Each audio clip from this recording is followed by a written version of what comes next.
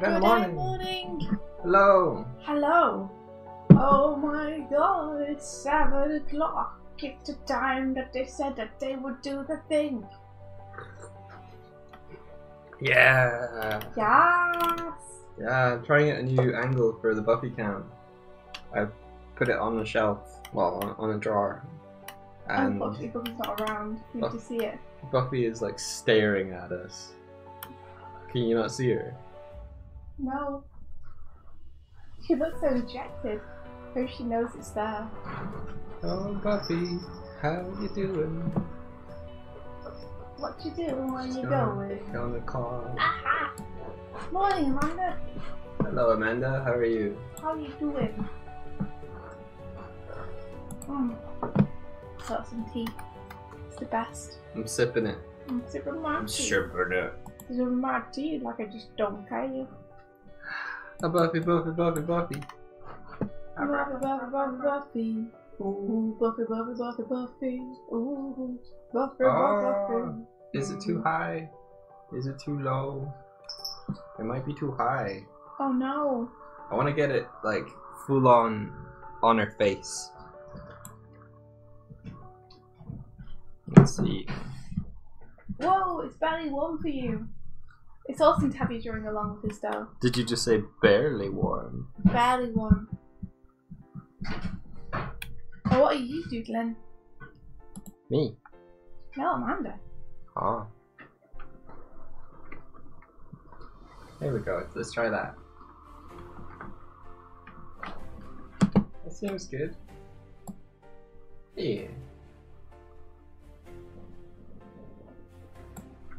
I'm gonna squash him down since he's laughing. Yeah, Emma! Look at us! Look at us go! We did the thing. We're doing okay, thanks Hardick. How are you? How are you doing? How's the music level? Because it's not Skyrim anymore, and so can you hear the music and us? Is it good? Can't hear the music at all. Have I mixed this well? Or is it more of a mix up? Or a mix down? Very good, Mike. Very good. Very good, I'm proud.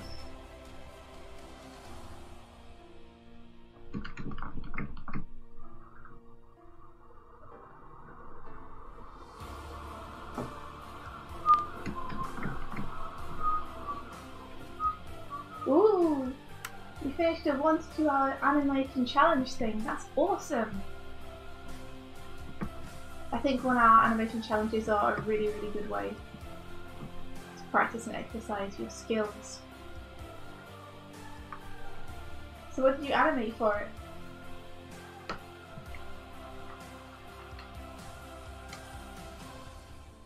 Amanda says volume is 8, okay. Thank you.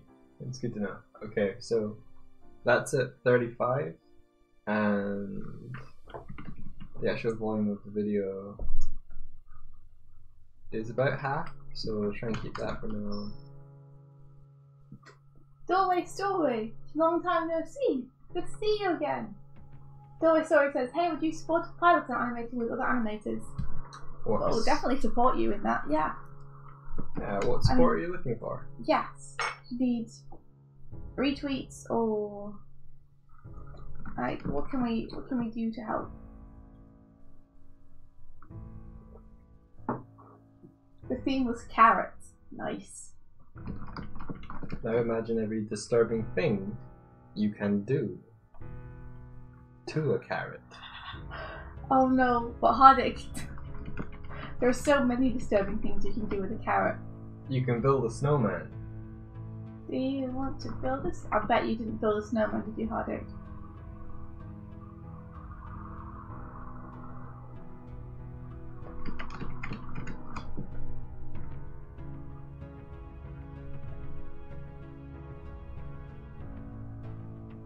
I'd love to see it though.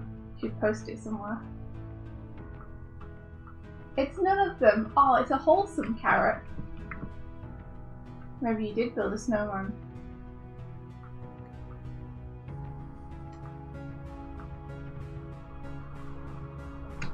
Why is my restream off the screen again?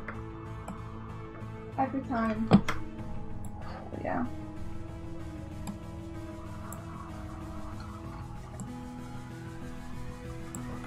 Cool. Doig says, it's for a pilot named Zing. The storyboard is on YouTube. Oh, whereabouts on YouTube is the storyboard? Does it need some shoutouts? Okay, the storyboard. I would assume it's on your channel. Yeah. We can find that. And click your name! It's in the Discord feedback, I'm gonna go look. I'll go look.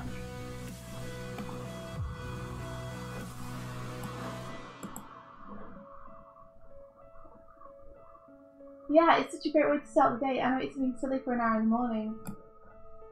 I agree. I think that's a really good way to get warmed up.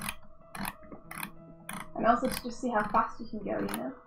Yeah, did you do one where a guy's prancing around and he gets like slapped or squished? Is that one of the same kind of things? Or is that, maybe that's about what you're going to look at? I don't know. Me? Or? Yeah. Me? I remember seeing yesterday Harik had one where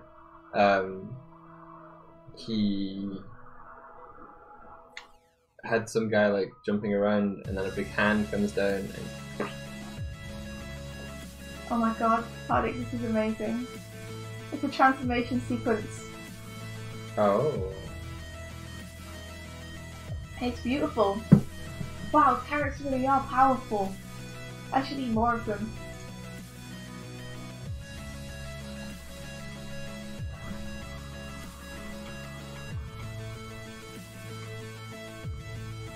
What's the time in India land? It's 7:07.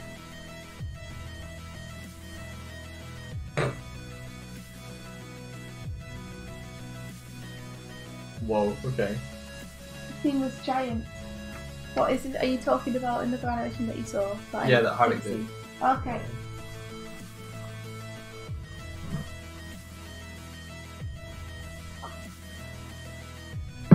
Ah.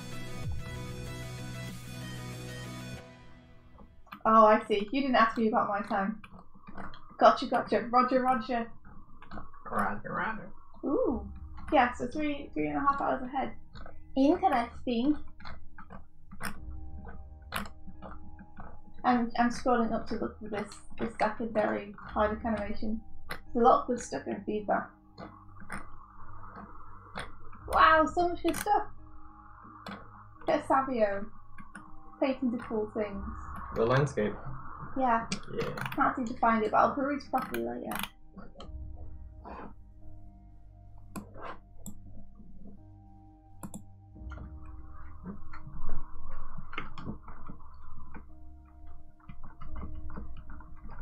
I should do some of those them there. I should do some of them there 1 hour challenges. 1 hour challenges. Yeah. I did 1 or 2 a while back, but then work happened and I was like, I can't do these anymore. But maybe I could still find a way. Maybe I should just focus on trying to get what I have on my plate finished. Anywho, I love it. It's gone forever. I'll never find it. Just gone. It's gone. Okay. If I do this over here. What you up to, Mike? Trying to animate. That's about it. Yeah, okay, great. Thanks for the info. Fantastic. You're welcome. Can you give me any more information?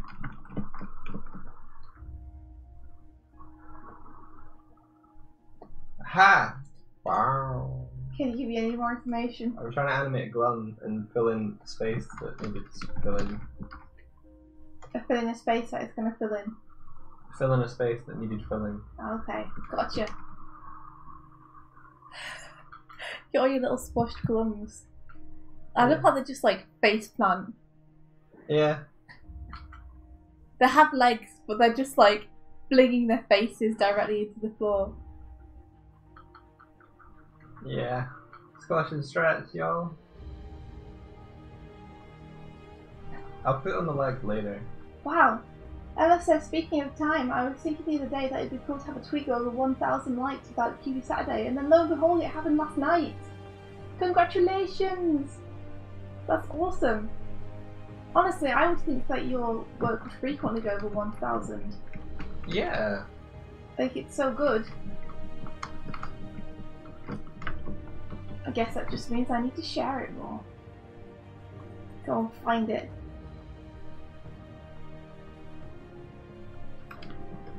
What had you painted? What had you drawn, Emma? Is it another piece that you done with the mouse, or is it something you did when you got home? Is it a brook? Love me some brook.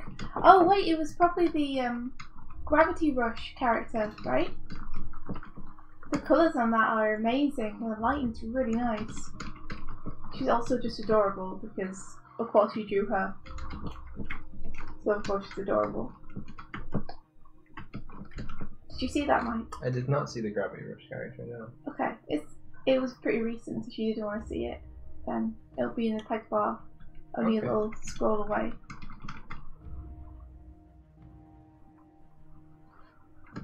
Okay, is it just in the peg bar? Yeah, I think so. From what I remember. Oh, I see. That's really nice. I like the complementary cool tone of the background to the character. Yeah. I was admiring the blown out lighting as well, and it reminded me of what Kieran was talking about the other day when we were the low-key high-key thing. Yeah. Yeah. So all the details are in the lower values rather than the higher values which have been blown out. Is that right? Yeah, or the other way around. We were walking back with Kieran the other day from a place that I'd forgotten because my memory's terrible. And he was talking to us. Oh, it was from Jenny's. And he was talking to us about low-key and high-key, and how you should pick one and then lose the details in that part. So rather than just have like, oh, it's very bright, so I'm going to make it brighter and make the darks lighter, you actually limit your spectrum. So you either blow out the light earlier or have the shadows take over earlier, so that you're working within a smaller spectrum. Yeah. If that makes sense. Yeah, we're being rated by the Moon Men. By Moon Men? Yeah. Good morning, Moon Men. Good morning, Moon Men. Hello. Hello. Hello. We're Hello. doing animation, much like Steiny was probably doing. Both of us doing animation on an animation stream. What is that? Jeez. It's coincidence, I think. It's almost like we're living up to our name or something.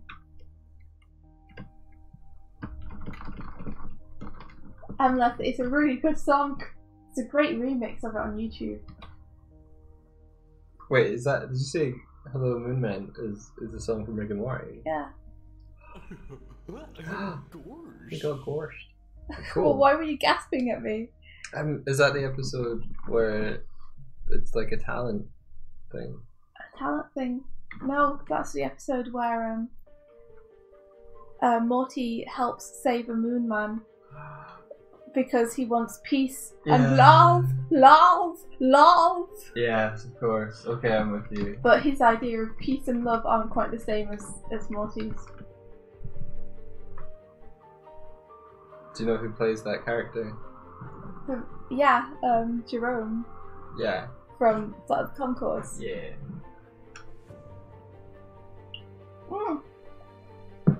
Yeah, Stanley, throw that background up. Stanley says that's actually my raid song. It is a Tombstone remix, Emma. That's the one.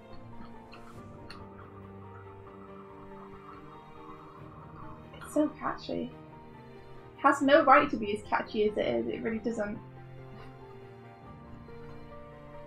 Maybe I should have made these hands continue to go up. I may have made a terrible mistake. But not that up. This is meant to be subtle, it's meant to be subtle. I'm making it very unsubtle. I could have one go up, one go down. I don't know if that works. You did the lovely crab song in Moana as well. Yeah. I'm so shiny. Shiny! Do do do do do do do do. That's the one. Ba-da-ba-ba. Oh, cause I'm shiny. You know, that's actually like a really intimidating villain song. Yeah. I remember watching it and being just like, the animation of how giant this crab is and his voice are actually pretty sinister. Yeah. Like, he did a really good job. Fantastic voice actor. Fantastic actor, just all around. It reminds me, might maybe watch What We Do in the Shadows the other week. Yeah. And it's hilarious. It's hilarious. You really, really dug the werewolves. Oh my god, I love the werewolves. They are my tribe. I am werewolf kind. Hey, we're werewolves, not swearwolves. It's the best. It's the best. They're so wholesome.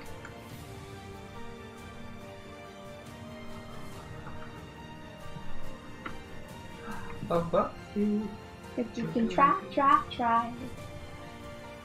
What are you listening to this morning? Like some sort of epic motivational remix. Well, not remix, but just a mix of them. Mr. Buffles. Are you on the camera, Buffles? You are now. Hello. I feel like his shoulders should come up a little bit more here. So they're gonna...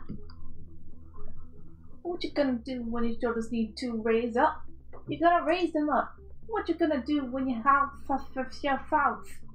You gotta find a rhyme. You gotta find a rhyme when you got the time. When you have Yes! Nailed it! When you can't think of the words, it don't matter, yo. You just say make them up. Shippy dippy bing bada boom chadam badam.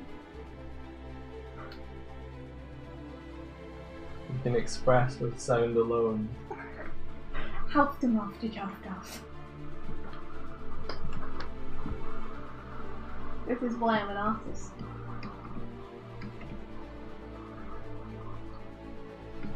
Oh, we gonna look over there, gonna look at his friend Darren. Oh, the friendship is beyond compare, but my friendships are barren. That's the only thing I could think of the rhyme with Darren, so... My friendships are actually pretty damn awesome.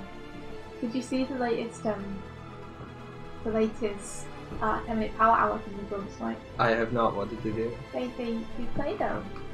Play-Doh. Yeah, they do it. What did they build? Each other.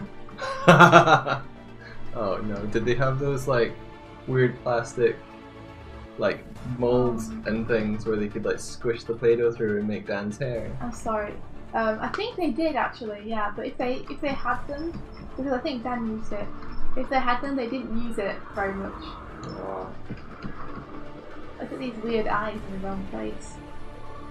It's art. It's just abstract art, that's all it is. It's meant to be this way. Let me have a check of what's in the paper. Looking at the feedback tab. Ooh, shiny, that's looking lovely. I like the texture you have on those trees. Like, it feels like everything is kind of sparkly, which is very cool. I haven't seen that kind of look before, but I like it. I also really like the colour of the shadows. I'm not the resident background expert here, so I'll point it over to Mike in case you have any feedback. Bang. Bang. Yeah. Did you hit it back to me? No, you punted it at me. It hit me. I'm sorry. Where is it? It can be fun. Feedback. Oh, I really like the colors in this.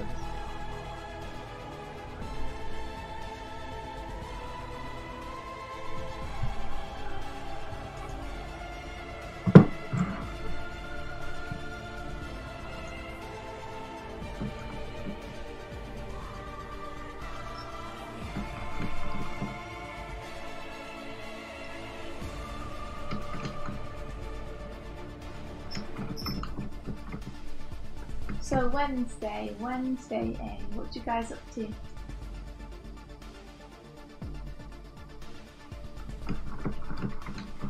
And what you got planned? More importantly, tell me your plans.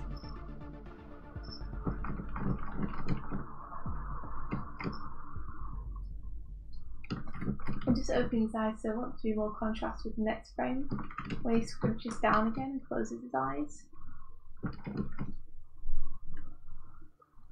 And I'm going to look at opening his face to the left.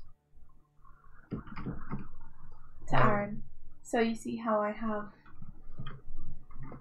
this shape? That's opening his face up this way to Aaron. Which is something I like to do a lot. There's a tip I've heard from listening to Glenn Keane talk about how he approaches art.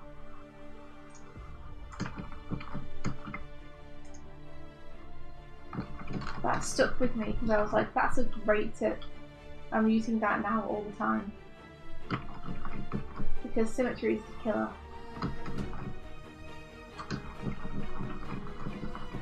Yeah.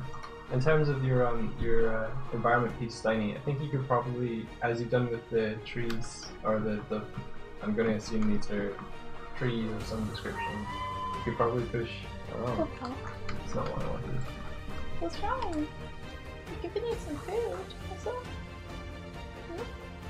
What you doing? There we go. You could probably push these ones slightly further back by just adding a little bit more blue over them. And then they'll just recede just slightly farther back than the left. And it'll just feel like they're moving backwards in space. It's just subtle, but if they have the same sort of contrast and color as the ones in the foreground, it'll flatten out. But if you just add that atmospheric stuff that you're already doing, but just do it subtly on the other ones, then they're cool. Then you're golden.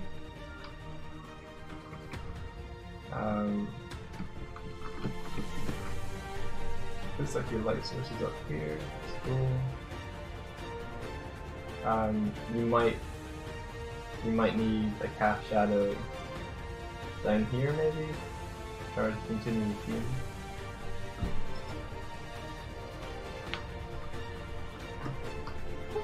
Let's see if this feels like it even works. But that's not. Okay, there we go.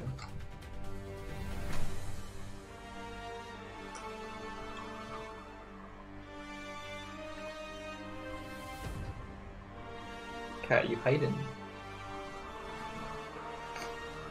There you are. There you go, boo.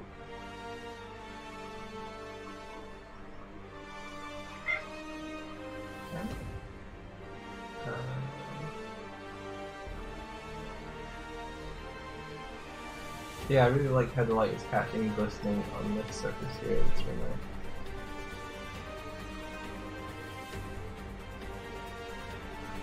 Yeah, keep going. Or stop it because this is where you're going. But why are you standing there? What if I put my leg here?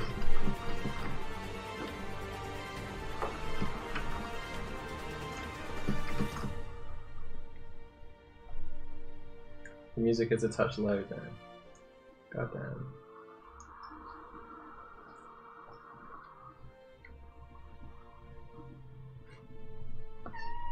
Oh, I'm Buffy! Pet me!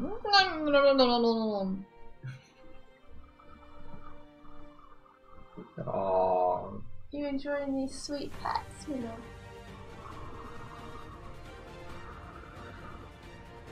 That was nice. Oh, she's gonna go look at herself for a while. I'm so beautiful. Aww. Meows.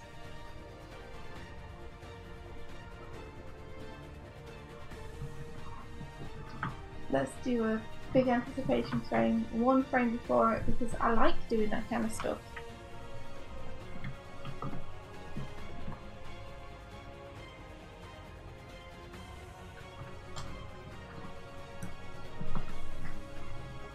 I'm sure we'll be up for a dual stream at some point, Steiny. Yeah.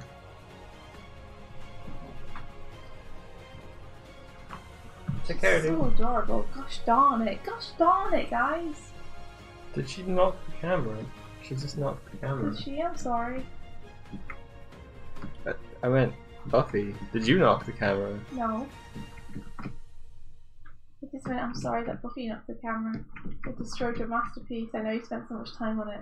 I did.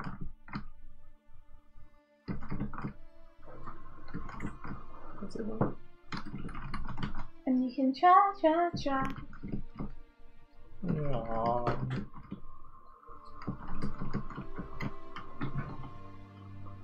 Oh, she's being all amicable. Amicable. That's the one. Amicable. That's the word. You being amicable. It's being amicable. Amicable. See you, Steiny. Sleep well, my dude.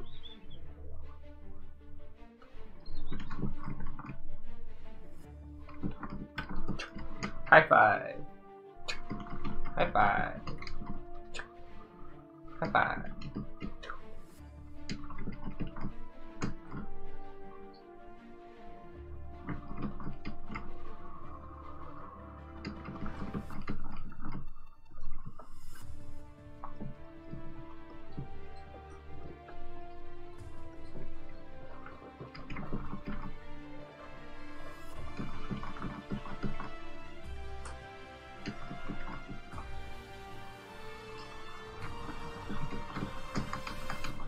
Oh, that nose, gonna make that nose go all the way down, the way down.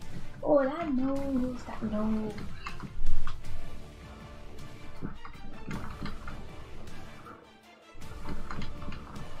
How's it going with the glue color? How close do you feel like you are? Fairly close now that I've got a couple more buttons in there. I think if I add their legs, I could call that a first pass. I think I might want to shape some of the trees that go by and do the ground plane as well. Not that close, but Closer. we'll lean into it.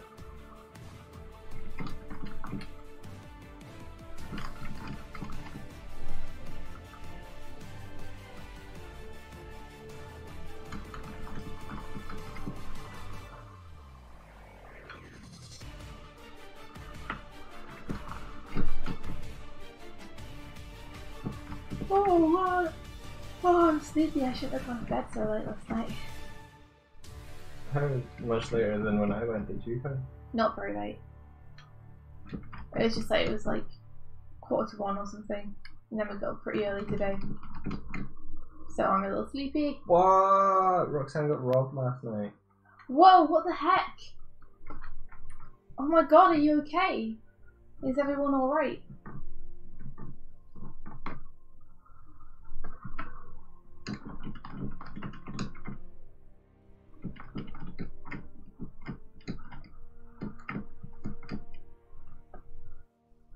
That sounds super scary.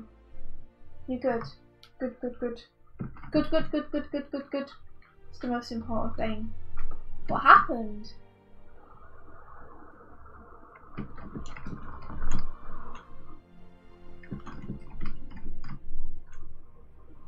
Was it a house robbery?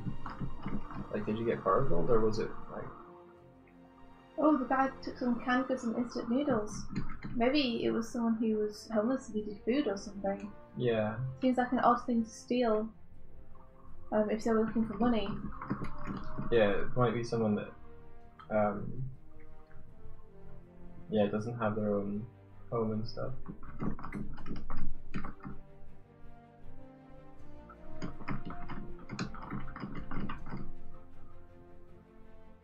Oh gee, then he got one of our keys. So he might be coming back. That's the scariest. Taking keys is not good, not okay. I'm assuming that you guys are gonna get the locks changed.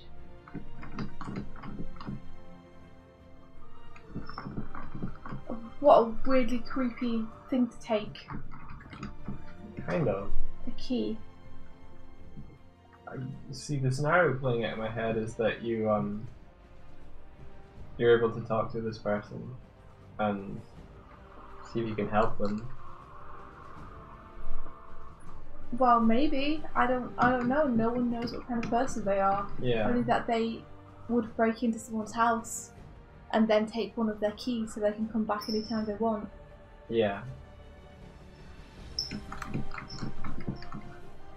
Like, maybe if it was just a food, but taking a key is very scary. It is, yeah. Because they can come in any time. But maybe it's better than breaking and entering. No, it's not. Having a key to someone's house so you can get in any time. Yeah. It's not better than being broken into. At least when you're being broken into, you know it's happening. You can phone the police.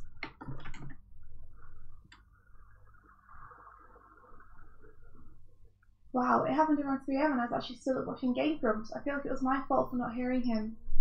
Oh, Roxanne, if you didn't hear him, you didn't hear him. You can't help that. Might be him.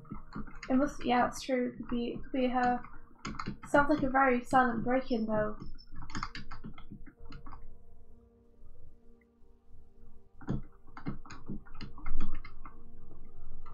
Don't feel like it's your fault though, it's absolutely not. To me, it just sounds like they might just be desperate, and why would they take a key? So that they potentially have a way of getting back in and getting more food. I think if it was me and I was a homeless person stealing food from people, I would not take a key to try and get back in though. I'd be like, they'll know their key is missing and I should like not do the same place twice. Yeah, maybe, yeah. Like, the key is the scariest part to me, but you guys will be able to change the locks.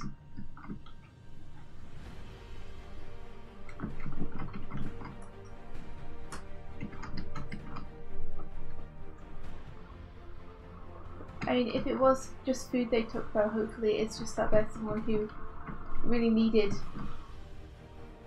the food. Yeah. Oh jeez. Roxanne says, I guess he wanted money too and punched our housekeeper. Oh, okay, yeah. What the heck? This is a very different story from the one I was imagining. You punched a housekeeper. Are they okay?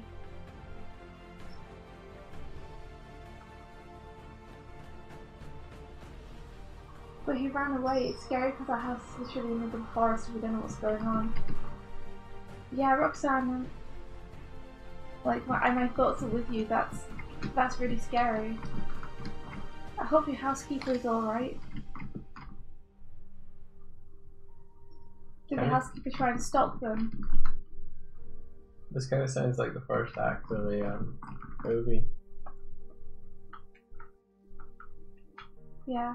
Things that happen in movies though, when they happen in real life, they're way scarier than you think they would be. Yeah. It's like you watch it in a movie and you're like, oh cool, I would do that in this situation. And then you get into that situation and you're like, you know what, it's better to just be safe. Yeah, for sure. Right, real life isn't a movie.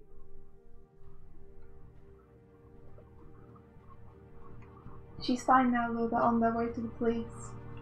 That's good. What time is it now where you are? Like if this happened at 3 AM, is it now 4 AM? Morning, Cheshire.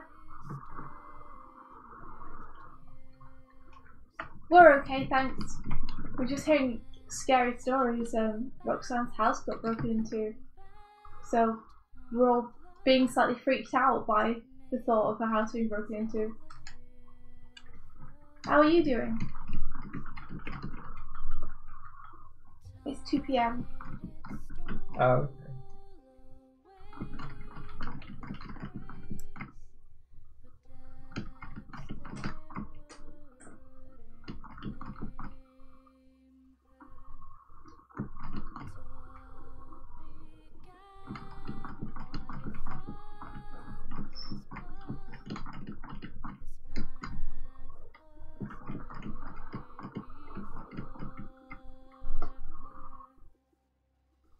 Okay, so that one on the bottom right is like exiting the scene.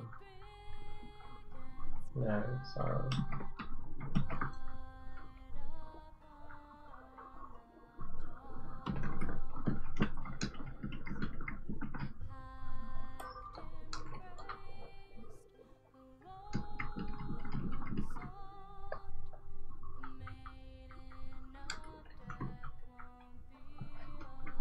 On a 2-week break, it's all anime Cheshire. That's awesome, Cheshire. Sounds really fun. Had a voice actor for my series come over, which was super fun. That's really cool. Yeah. Oh man. When are you hoping that you'll be able to show something of the series? Because I'd love to see some stuff.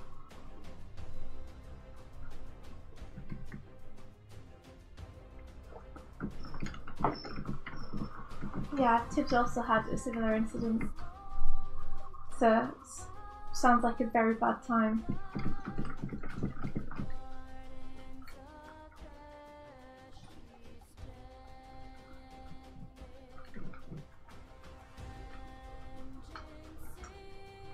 Yeah, I think the feeling that they might return is probably the scariest aspect of it. Sorry for calling that out.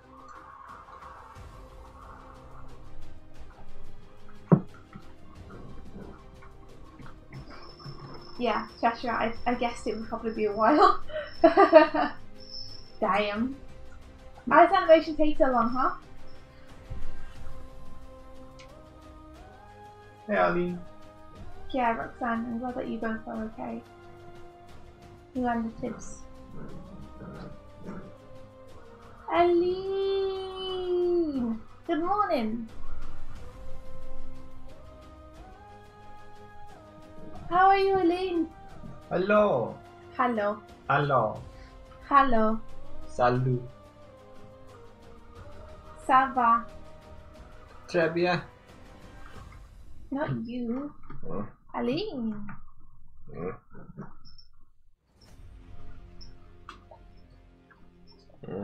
Hello, cat. Hello, puppy. Hello. Good morning. Good morning, Aline. Allah. How would you pronounce that last A with the marking above it, Emma? I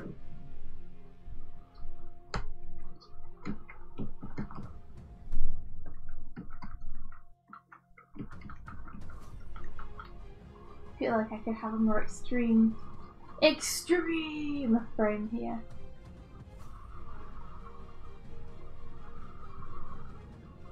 Just the way you said hello earlier.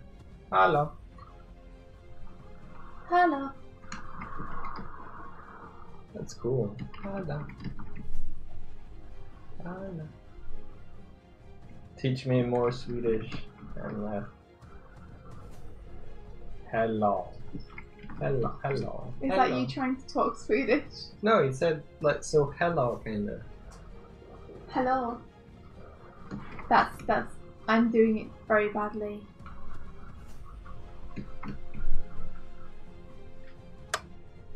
I used to be able to speak a little bit of Icelandic, but it was very, very, very basic. You could continue learning that. It was really fun. My pronunciation was probably terrible though. That's okay. We have an Icelandic friend, so she might be able to help you with the pronunciation of things. Yeah, I think it was like tala ekki íslensku. What does that mean? I don't speak Icelandic. Nice. The most important phrase to learn. Yeah. Don't be a fool and learn part of a language like I did with Japanese, and then not learn what the answer could be in Japanese, so you can't understand what anyone says when they answer you. Yeah.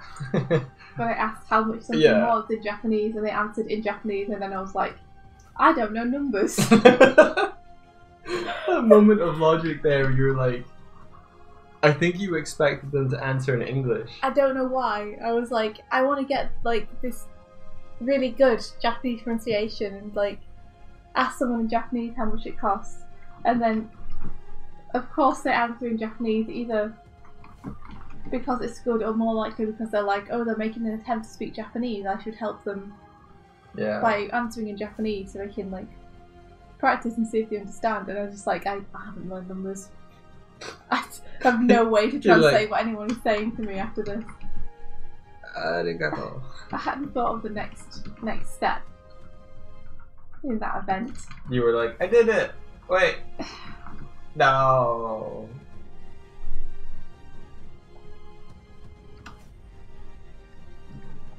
It says speaking should always come secondary to listening, which is a good motto for life in general.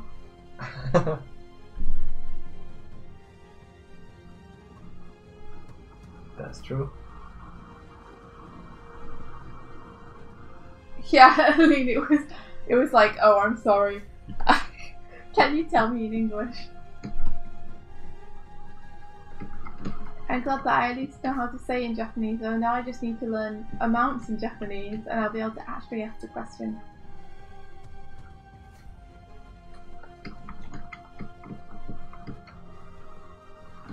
I think this actually needs to go further over this.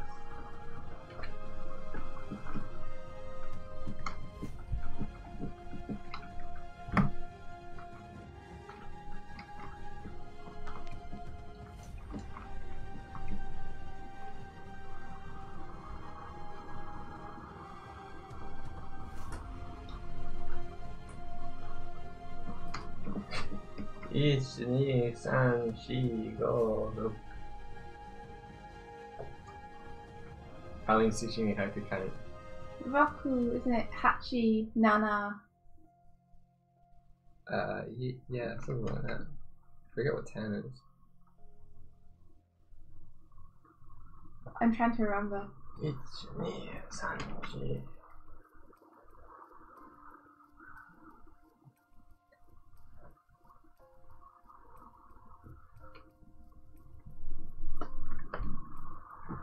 I like it when they count in Japanese. It's interesting that go is also 5. I'm not sure which situations you'd use go in and which situations you'd use she in. Well, she is 4. And go is 5. Sorry, Ichini-san, yan. Yan is sometimes 4. Yeah, gotcha. I guess maybe it's because it makes it easier to count in rhythmic stuff. Because ich, ni, san, shi is more rhythmic to say. Ich, ni, san, because of the rhyme. Yeah. And ich, ni, san, yan. San, ich, ni, san, yan, go. Da, da, da, da, da, da. Specific word for 10,000. Wow.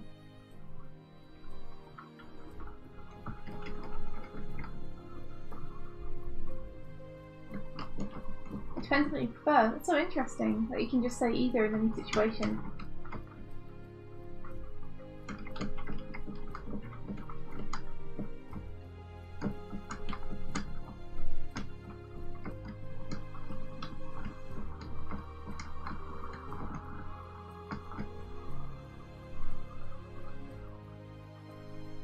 Yarn is a basis for more groups of things.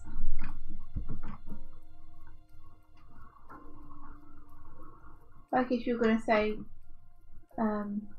4 packets or something. 4 groups of children. I think maybe it's like 400 and things like that. It wouldn't be go. Sorry, it wouldn't be she something. It would be young something. Yeah. Oh, hey, Bryony. Hey, Bryony, how's it going? How is it going, Bryony? How's convention hopping?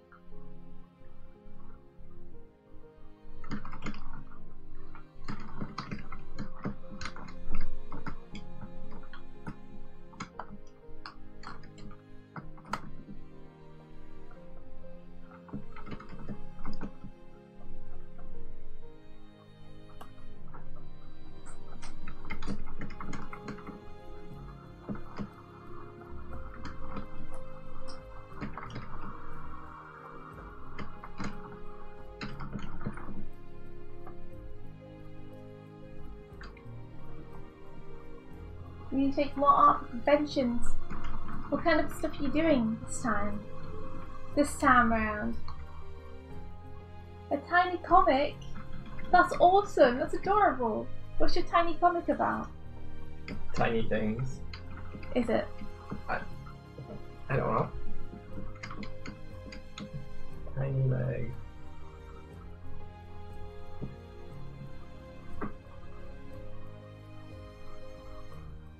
Oh, I'd love that, Bryony. Please do post it in the Discord when you finish it.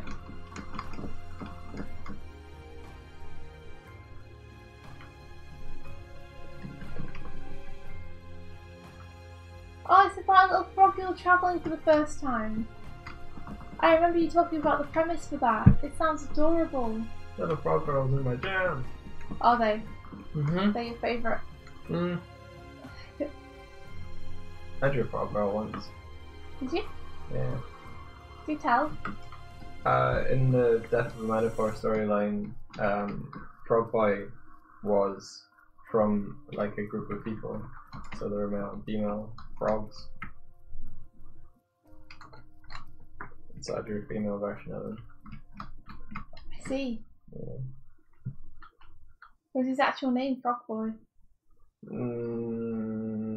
No, but I think that's just how the story referred to him. Gotcha. I think his name was lost because he was supposed to be the embodiment of patience, and so he's been around for a long time. Mm-hmm. And now he's just described by what he looks like.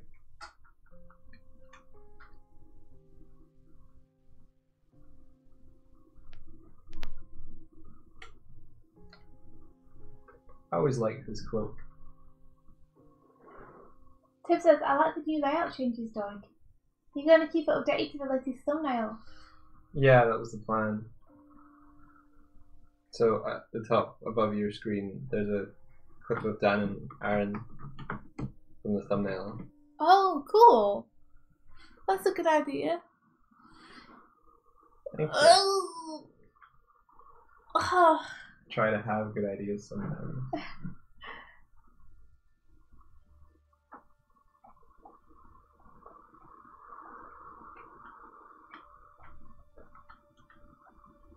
Yeah, we don't know where Bobby is at the minute. She seems to have gone somewhere.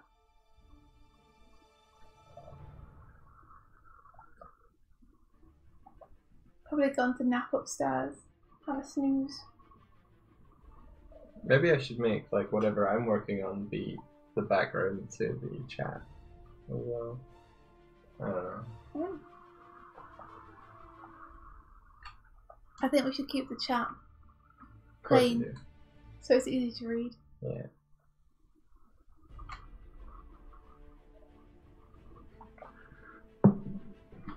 But you could stick that where the mine currently is, and you could alternate or something. Where what currently is? My game props. Oh yeah, maybe. Like you could do a little slideshow or something. Or just alternate day by day. How's the game props sanity going? Do I figure out the middle? I'm doing what I like to call riding the striding murderer, which means that I'm not exactly sure what's going to happen in the middle. I kind of just decided that it was time that I dived into it. I managed to ask the guy who's organising it for a month extension. So rather than being submitted on the 20-something of this month, it's going to be submitted on the 20-something of next month. So I hope that I can get it done in time. Was he okay with that? Well, I think it was as okay as I could expect. Okay. You know, like I don't think anyone's ever really okay with someone being like, "Hey, that deadline, I don't think I'm going to hit it. I need an extra month." Yeah. But he was cool about it. Good. You know, he was super nice about it, despite the fact that I was asking for an extension. But I don't think there's any way that I could finish it in 20 days. Not only working on it in the morning streams. Yeah. Yeah.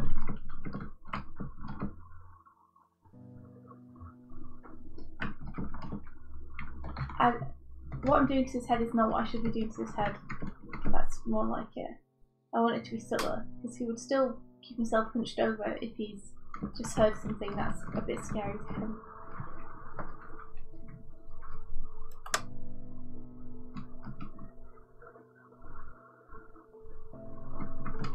Let's push these eyebrows up. Push them eyebrows up. So I haven't quite figured out the middle, but I'm just going to try and play it by ear, I guess. India, have you ever seen a film called Wanted? The one with bending the bullets? Yeah. I think I might have seen it. I'm not 100% sure if I've seen it or if I kind of half watched it.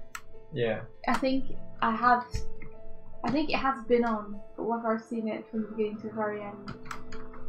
Yeah, I get you. How come? I had no recollection that there was Chris Pratt in that movie, who plays his, like, in air quotes, best friend. Oh, one sec, sorry. It says, how do you deselect the strokes once you've selected them? I just click outside the stroke again.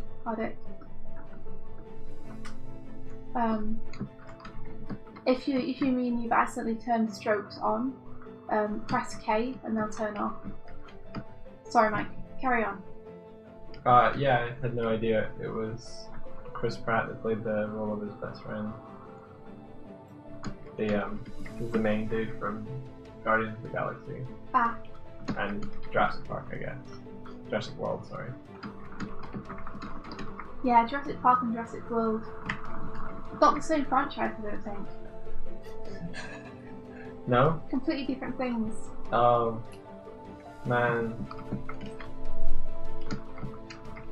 I am so confused. How come? They're two different franchises because they reference one another so much. I think they're just influenced by one another. Plagiarism. I thought it was a way to deselect some strokes from the whole selection, so deselect the entire thing. Oh, you just click on the stroke again. Like, this works best when you don't have a bazillion strokes like I have. But you can hold shift or control, I think it is. The shift. As I try to do this. Yeah, you can hold shift and deselect them. It's just you can see how many lines I use. But pressing shift and clicking on them will deselect them. Or select them if you haven't clicked on it before. And then you can choose a number of strokes you want.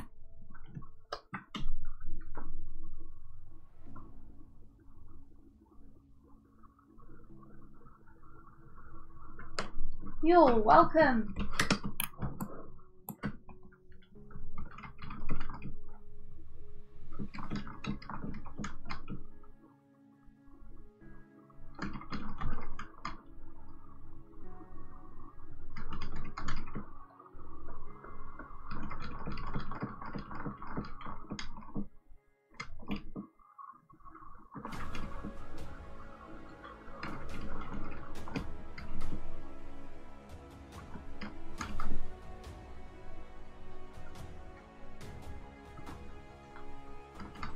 Oh, they're animating Danny!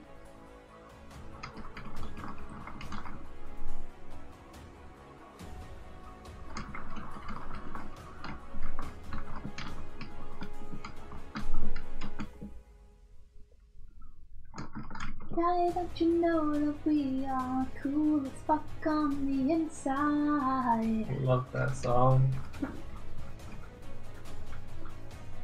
Because you're cool as fuck on the inside, right? Oh, thank you. You're welcome. I showed my dad that video, and he watched a couple other Ninja Sex Party videos, and he really enjoyed the fact that 6969 video, the song and video, was referencing the Rush's 2112. Oh, we didn't even know that. I didn't pick up on that because I'm not like big into Rush, but I know that they're Danny's favourite band. Yeah. So that makes sense. So I'm gonna watch 2112 again and see the comparisons. Sure fucking lasers, way more fucking lasers at him. Do do do do do do do do.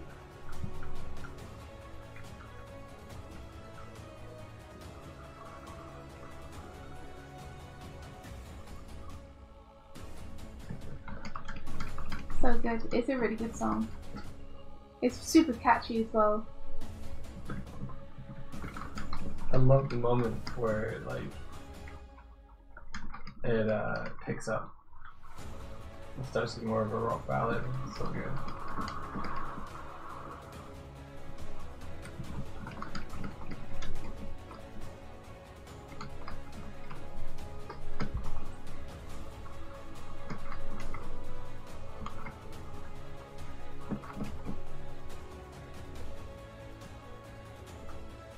Hey Ginge, welcome to the stream. How's it going? How's it going, dude? Yeah, Brandy, it's looking fantastic. I saw, I think the keys a couple of days ago or a week ago or something. It was looking really good. So I think how it's gonna blast it out of the water again. Bless you. Thank you.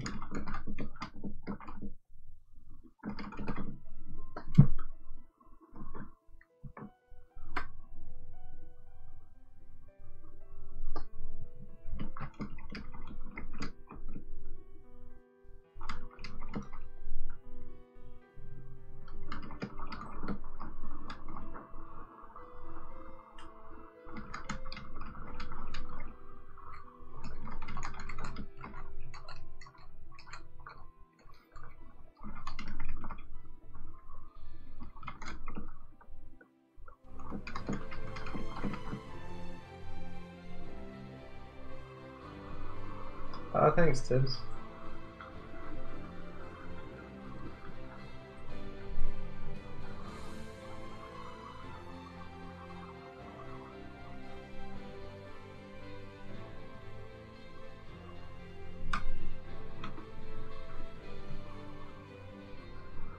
The way they're sort of working is one pops out here, and then it's kind of just one going through the motions, and it exits the bottom right.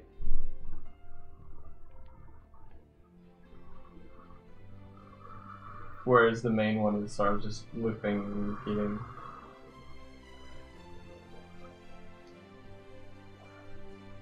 Hopefully it works from a distance. I need to do Daddy doing the W face, which is gonna be fun.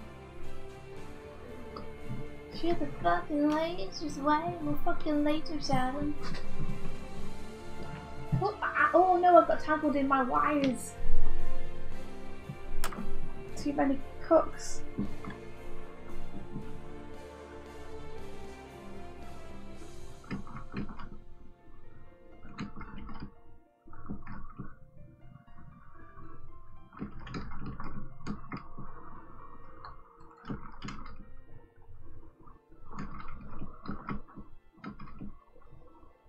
Hey Alina, you still around? She might have gone off to do some school touring. Last I saw, she was like, "Okay, Skull, it's you and me, bro. I'm gonna articulate your facial functions. I'm gonna draw them eye sockets all round and big." Mm-hmm. Oh my.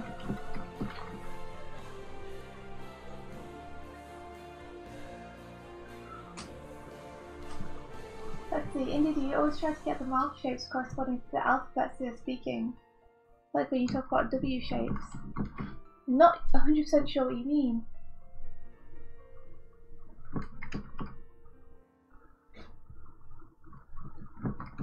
Like, I know that when I do a W myself, I always purse my lips. Whoa. Whoa. So whoa would be whoa. I'm mouthing at Mike. She is.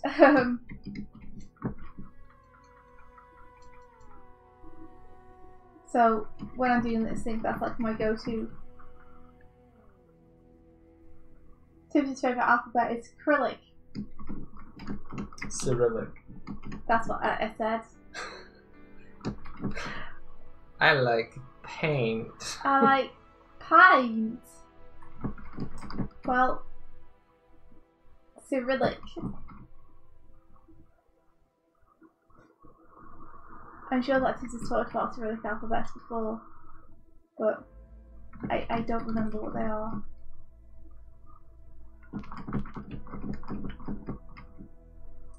Mike's not going to help me out. I think they're like India's favorite alphabet is acrylic. Delicious paint. Cyrillic I think is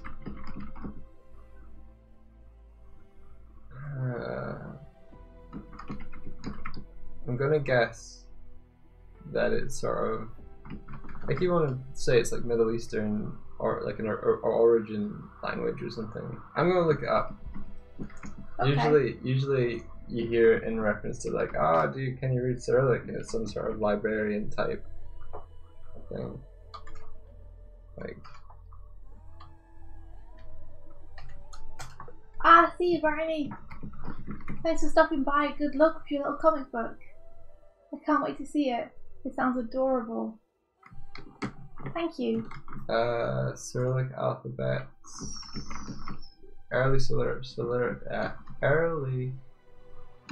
Cyrillic alphabet was developed in the First Bulgarian Empire during the 9th century at the Preslav Literary School by the disciples of the Byzantine theologies Cyril and Methodius. Thanks, Barney. Take care.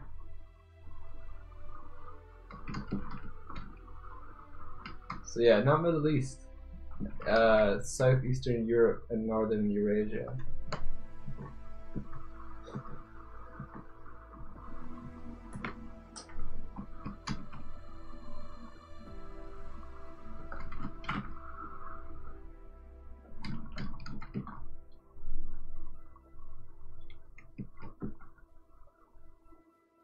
So there you go. Hardik, did I manage to answer your question or not really?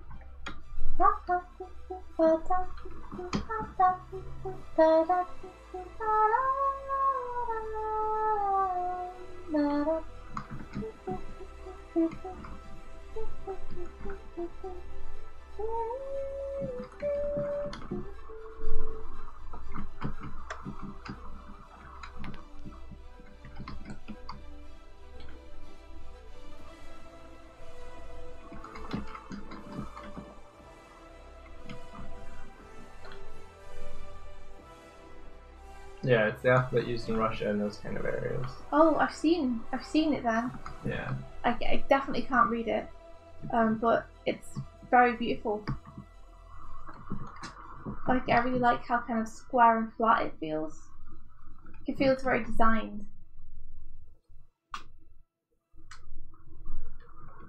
I love how different each alphabet looks and how it kind of reflects where it's from. Like, yeah, visually, in terms of the actual appearance of the letters.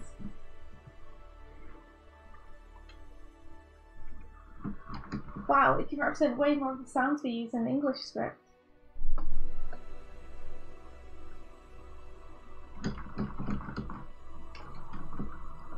It's hard to comprehend.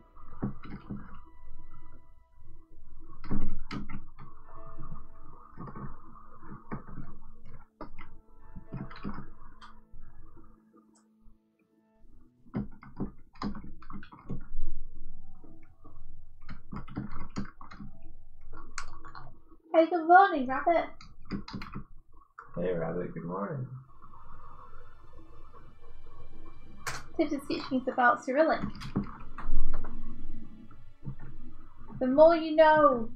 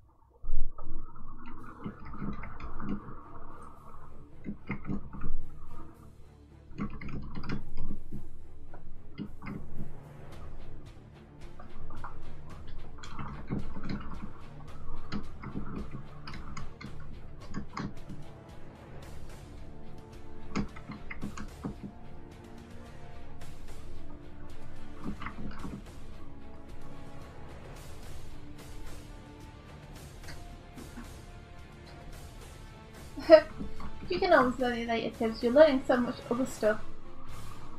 Put it on the list of Tibbs' learnings.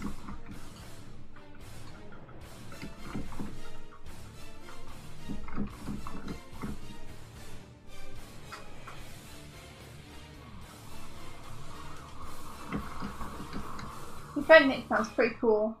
Yeah, he does. Is that the guy that animated the dog?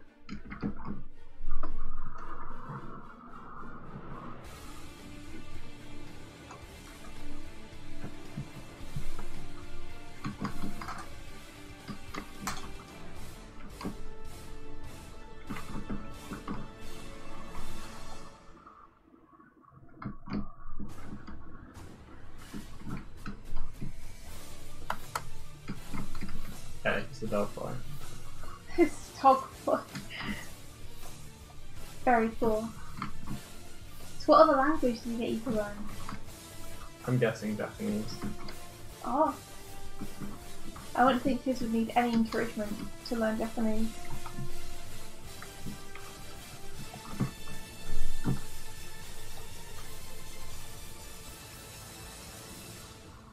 So I usually call him Nikau because he's a cow, not a dog. What makes him a cow?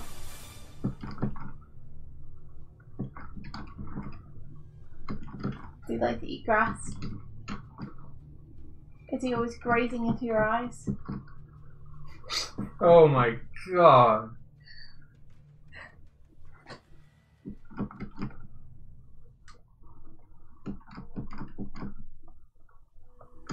I don't think I've ever heard Mike be more disgusted with him. Grazing into your eyes is such a deliciously bad pun. It is. I don't want to milk it, but it's pretty good. Ah! Jesus. I think I come up with another one. I was meant to say another one. I screwed up my own joke. Pretend like it was funny. Okay.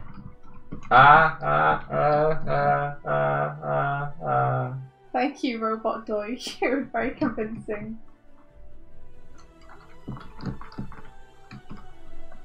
I guess it's just not my field.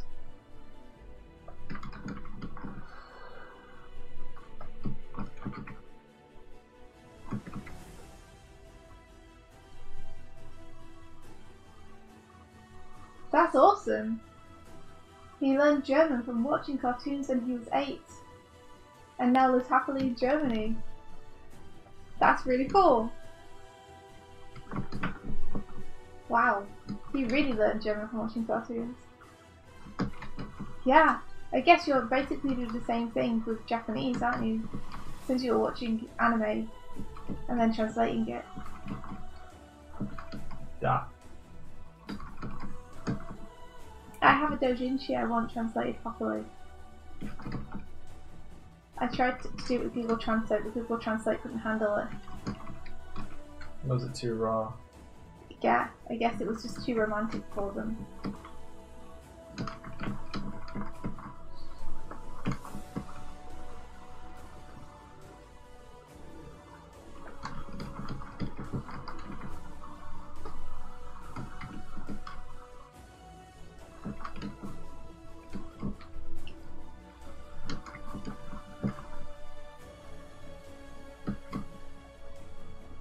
I think cartoons and media that you enjoy consuming anyway are a great way to learn any language. Because you're just combining something that you love. Like, I think likewise singing Japanese karaoke along to the opening songs of anime is a good way to learn speaking Japanese. Yeah. Like, you might end up saying everything with the wrong kind of rhythm, but you at least learn what all the words sound like and how they're pronounced. Yeah, I always remember listening to Rifu's Life is Like a Boat, I think. Or Life is a Boat from the Bleach opening. I like that. No, Bleach ending. The first one. I really like the Naruto ending. Yeah. Wind, Akaboshi. Yeah. That's such a good song.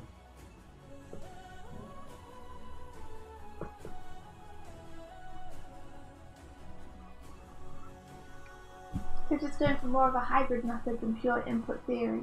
I think it's interesting to learn a bit of textbook style, but the concept of passive learning is really enticing. Yeah, I agree. Passive learning is hecka tempting. You're like, oh what, I just do the things I enjoy and learn as a side effect. Yeah, sure, I'll do that. That's awesome. Emma learned English by watching movies and playing games that are all in English. Oh, a sentence is constructed strangely. Damn. I assume sentences would be constructed the same.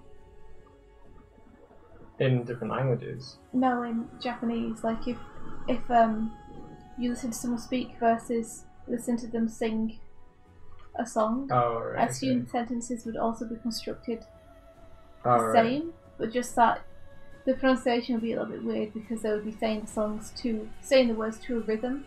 Yeah. Yeah.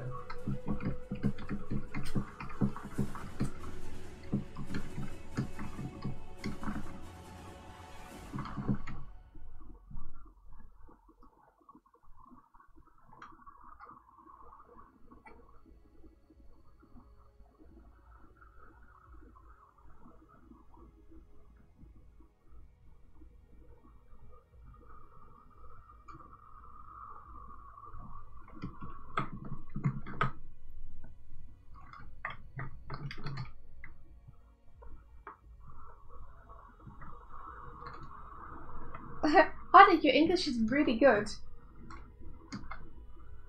Like, you say broken English, but your English is super good. Oh yeah.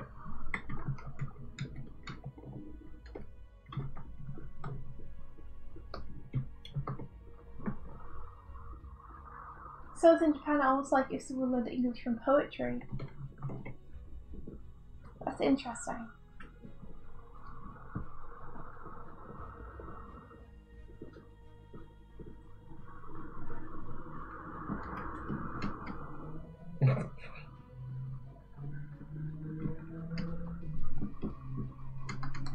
Save. Okay, I put in the kind of bottom corner ground plane for the moving. It's good enough.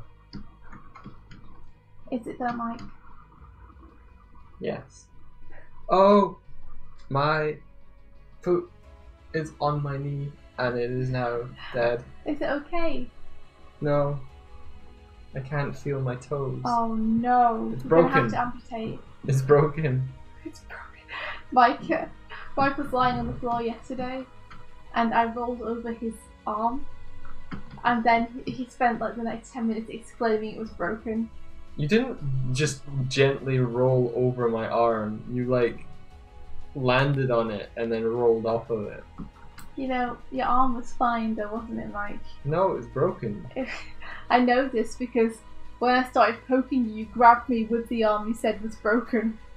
I tried my best not to though. Yeah, but I was too irritated. You had to provoke me. Yeah. Like after like half an hour, then I moved the arm. I lied. It was like 2 minutes. Yeah, it was 2 minutes.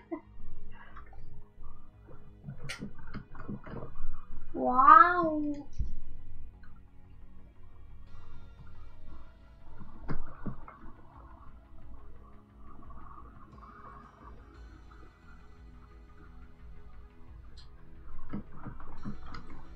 Hardik, did I answer your question about the mouth shapes from earlier, by the way? I'm not sure if I did.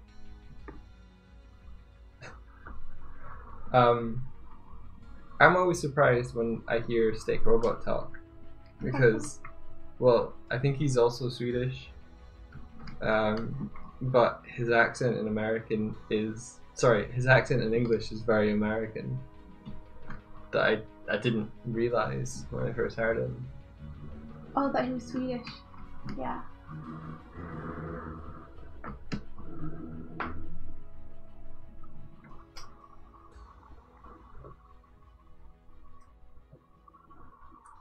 Roll the ankles, said Tibbs. Keep the blood flowing. Oh, it's just because I had it raised up over my knee. I'm usually like moving around a lot during the workday. Oh, your dog called you. It's okay, Hardik. I just wasn't sure that I managed to answer you because I wasn't 100% sure what it was you were asking. So I wanted to check.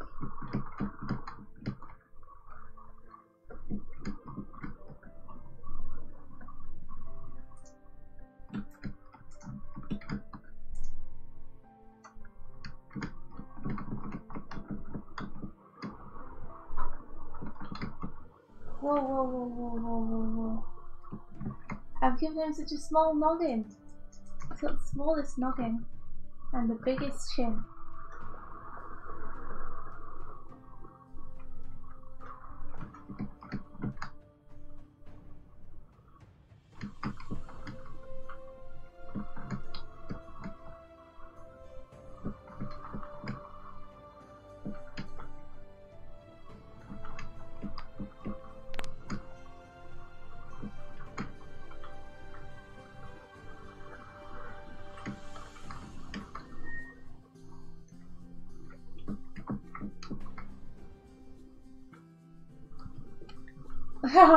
I realised to imagine the hardest dog was using a phone and called him.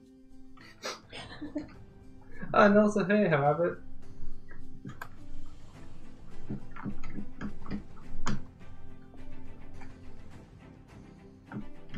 This story is too wholesome, Rabbit.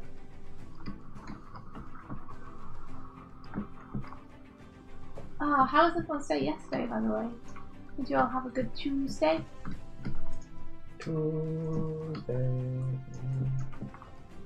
Tuesday on victory.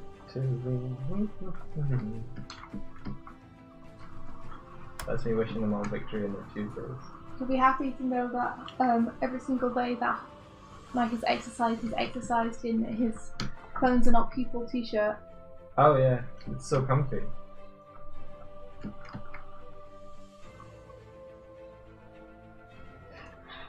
It's a Rhino Roderick versus Bog. Which is, as we all know, how dogs speak. Versus Rax. Rax? Max? Rax? Yeah. If Scooby-Doo taught us anything.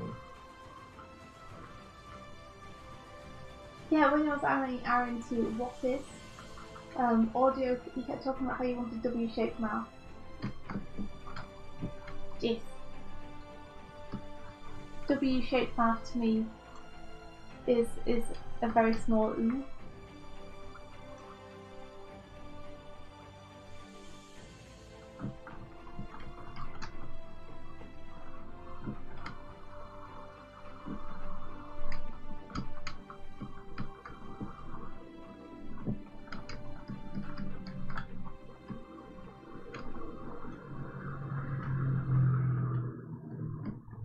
But it makes no sense now. I hope I managed to answer it. I'm still unsure. I'm still unsure exactly what the question is because I'm dumb. But I hope I've answered it in a helpful way. And let me know if I haven't, and rephrase it so that it's India friendly and super obvious.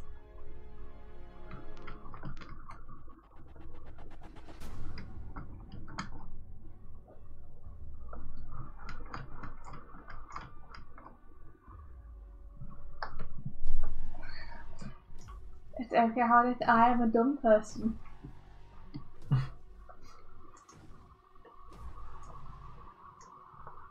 You're really not. This does a very good W in the chat. That's exactly what a W is to me.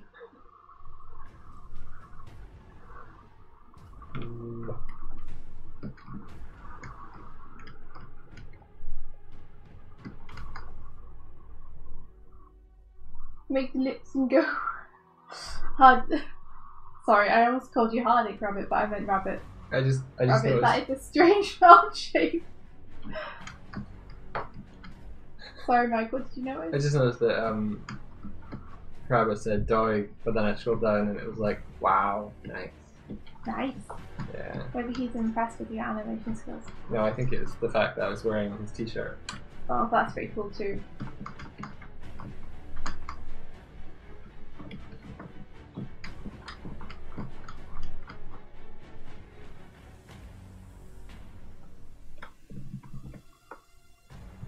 Oh wow, wow, wow.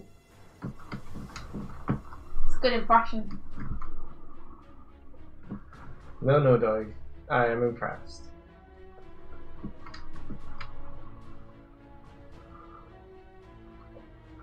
Oh, is that about the smile dimple? That's adorable. That's actually adorable. I love it.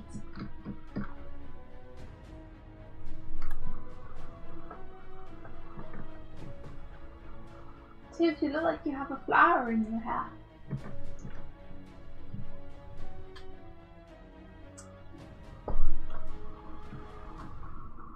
Oh, right, I see. So when I said if Scooby-Doo has taught us anything, Rabbit was typing the same thing. Wow. So it was like, Doig, wow. You guys have like a hive mind. Hive mind.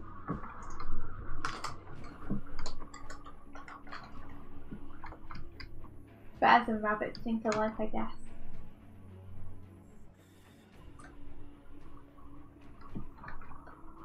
Emma has some feedback.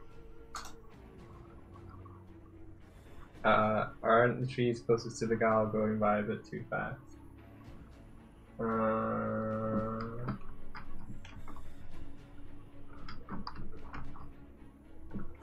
Yeah, probably. Wow.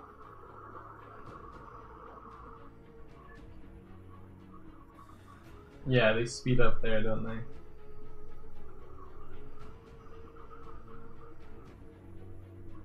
No, it's like they start at an okay pace and then they go whoop.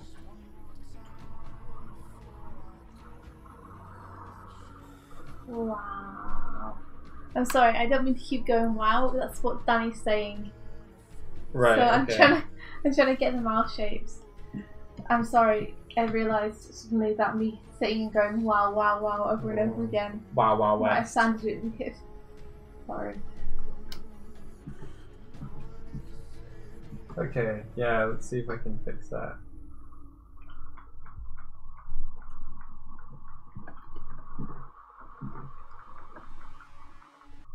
I might just have to leave it as is.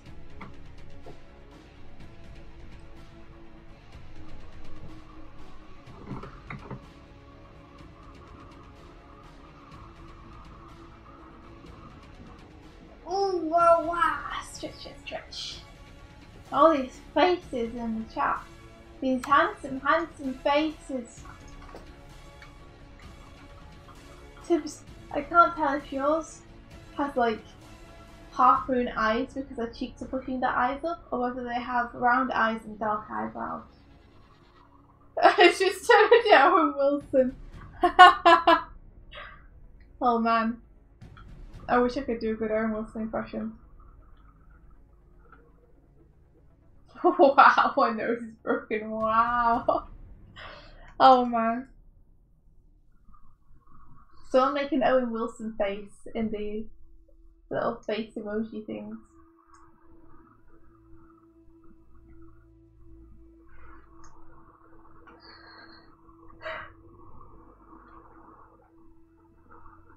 I like your Doig.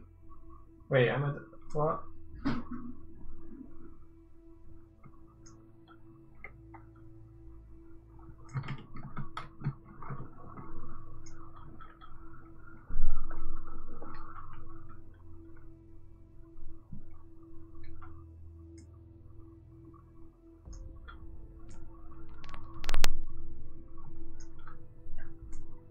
That does look like a W rabbit.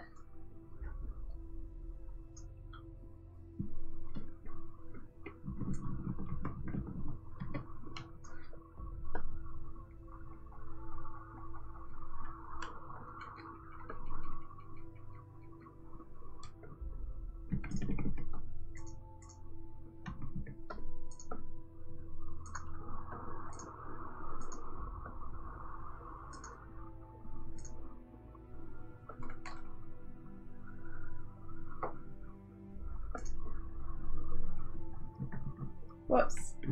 I didn't mean to hit delete on that.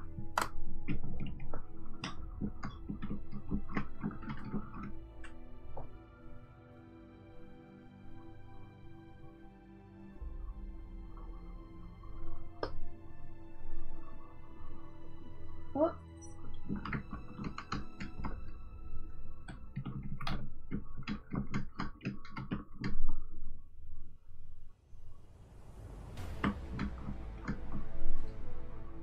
Let's make his mouth even wider for this extreme position.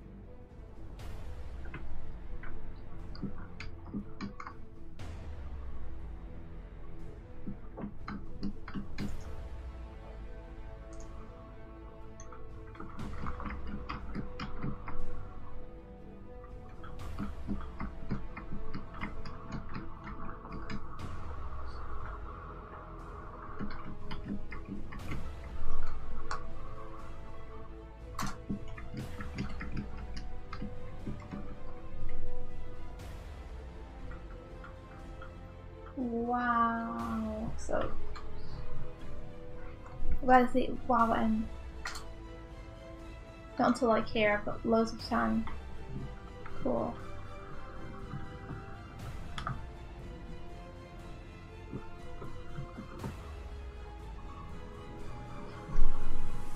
Progression.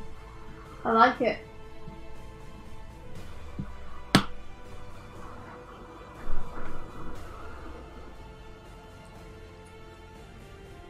Oh wow wow wow wow, what you wow. Okay,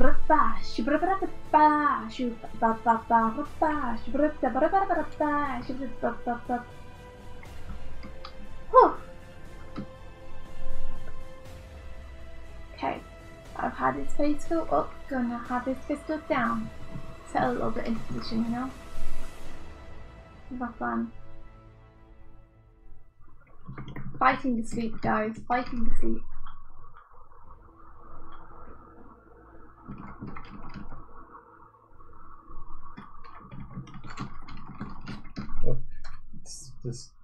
You're just fighting it physically, like punching yourself in the face. Inside, actually mentally, that's what I'm doing. Is mentally, I'm punching myself in the brain.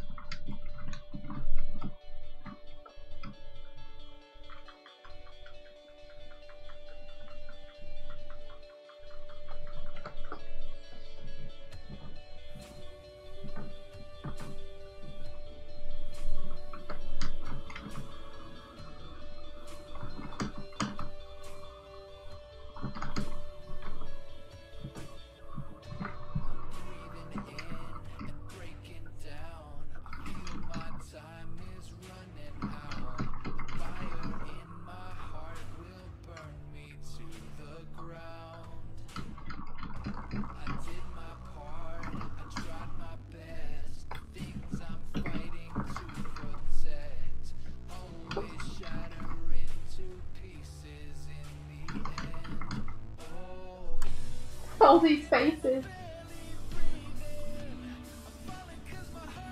Oh my god. Tips on that one. That's a good blink, Hardic. I like it. Have a good breakfast, Emma. Yeah. And if you get back, like when you finished eating it and we're still here, you've got to tell us everything about what you ate. The rule. I want to know what your breakfast is. Have a good breakfast. Catch you later. Later, dude.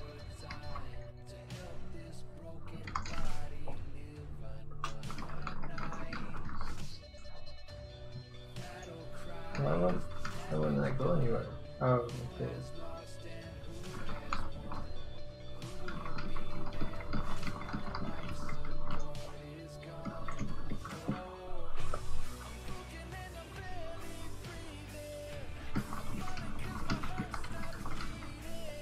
And then the hair go up and the face go down. It's opposing action. And also that's follow through.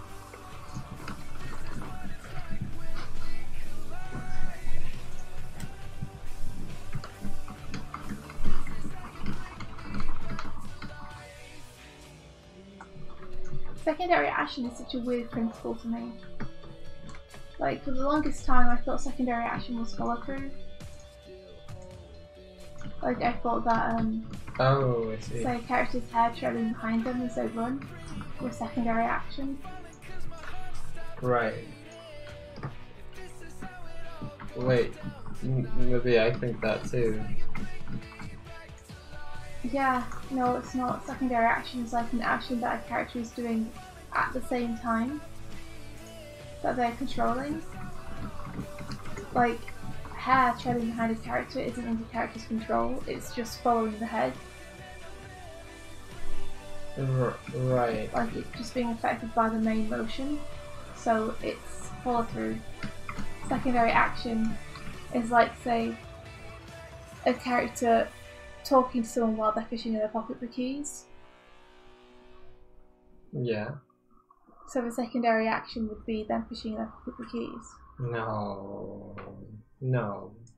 Secondary action is actions that are a reaction to the first action. No. Secondary actions are actions that happen at the same time as the main action but aren't the main action.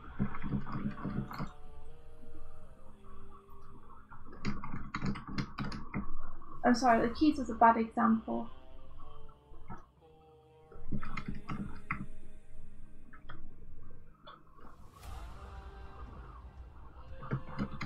I'm trying to think of a better example for you. Like if someone was getting angry at someone and they had a can in the hand and they scrunched up the can in anger as they were talking. Mm-hmm. That's a secondary action. Secondary action.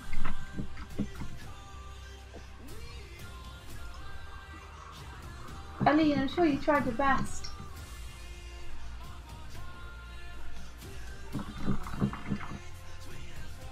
Wow, okay, yeah. It's right, isn't it? See? But it feels weird, doesn't it? Doesn't it feel like secondary action should be tails and hair and stuff?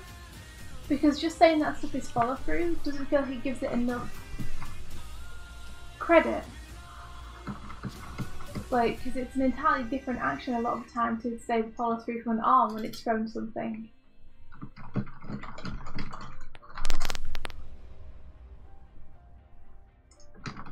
So I always felt like secondary action, I always thought it was the follow through, but the actual fact it's not. Right, okay. Yeah, I guess I've always misunderstood that. Weird, right?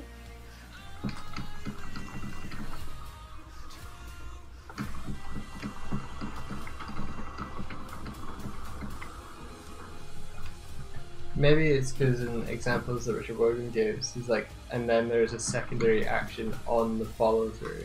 So you associate the follow through action as being a secondary action. Yeah, I think I just misunderstood it when I first read about it, and then that stuck for a while. Is secondary action the principle? Oh yes, it is. It's one of the ones I think I always forget when we were seeing them. It's a weird thing to be a principle, right? A secondary action is an action that results directly from another action. That's not true, though. Like, according to the first definition, it doesn't have to result directly from a first action. From what I know. Very confused. Do Frank Thomas and Ollie Johnson have a definition of it? Because they did a book. Yeah.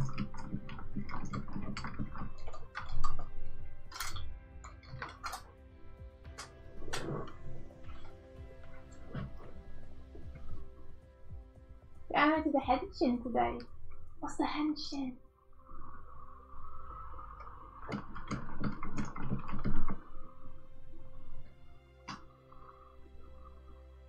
Edgar, it's going okay. How's it going for you? The skull just laughed at Ali's face. You'll get it, Ellie. You'll get it next time. The important thing is that you tried and you did it today. You've got your skull practicing. Secondary action, adding secondary actions to the main action gives the scene more life and can help support the main action. A person walking can simultaneously swing their arms or keep them in their pockets, speak or whistle, and express emotions through facial expression. And that's Frank Thomas and Ollie Johnson. Well, this is Wikipedia, but it starts out by saying Disney's 12 basic principles of animation were introduced by the Disney animators Ollie Johnson and Frank Thomas. So I'm assuming that these definitions are. Were they introduced by them? I'm not sure if they were. But okay. Introduced in their 1981 book, The Illusion of Light. I don't think they were introduced then. I think they were known before then. Well, maybe they weren't known to a wider. Yeah, but that is what I was referring to when I was saying what did Ollie Johnson and Frank Thomas think. Yeah. So if that's from what they wrote, then you assume it's the same thing. Which is not, as you just read, an action directly resulting from the main action. No. So it feels like there's confusion online as well, which probably doesn't help with my confusion. So I think follow through and overlapping action is the thing that you thought secondary action was. Yeah. Which is follow through and overlapping action as a general heading of two closely related techniques which help to render movement more realistically and help to give the impression that the character follows the laws of physics, including the principle of inertia. Follow through means that loosely tied parts of the body should continue moving after the character has stopped, and that the parts should keep moving beyond the point where the character stopped, only to be subsequently pulled back towards the center of mass, and are exhibiting various degrees of oscillation dampening. An overlapping action is the tendency for parts of the body to move at different rates. An arm will move on different timing of the head and so on. And a third related technique is drag, where a character starts to move and parts of him take a few frames to catch up.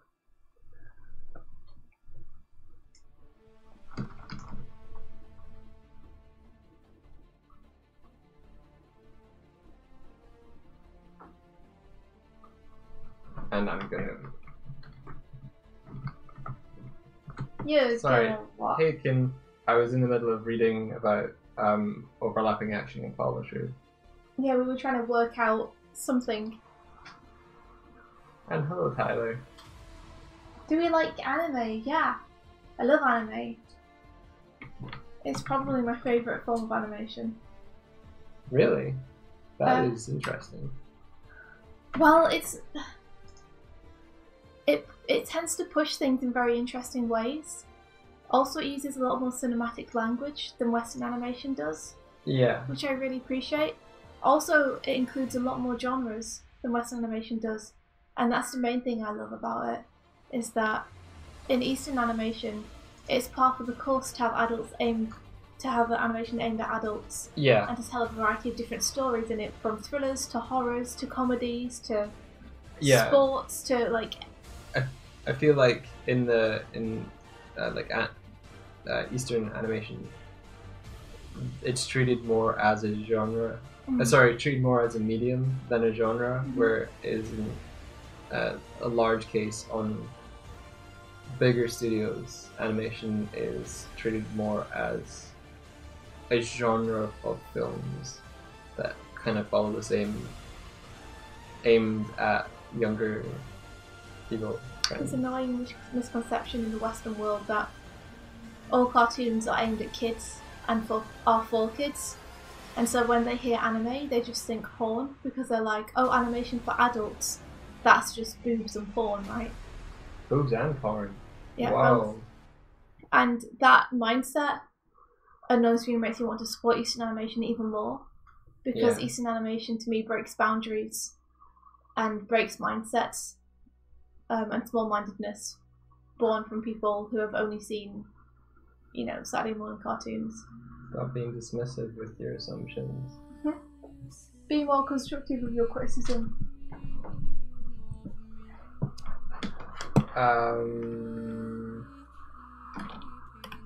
So I watched a video of a person that we were kind of discussing post-stream yesterday, and they described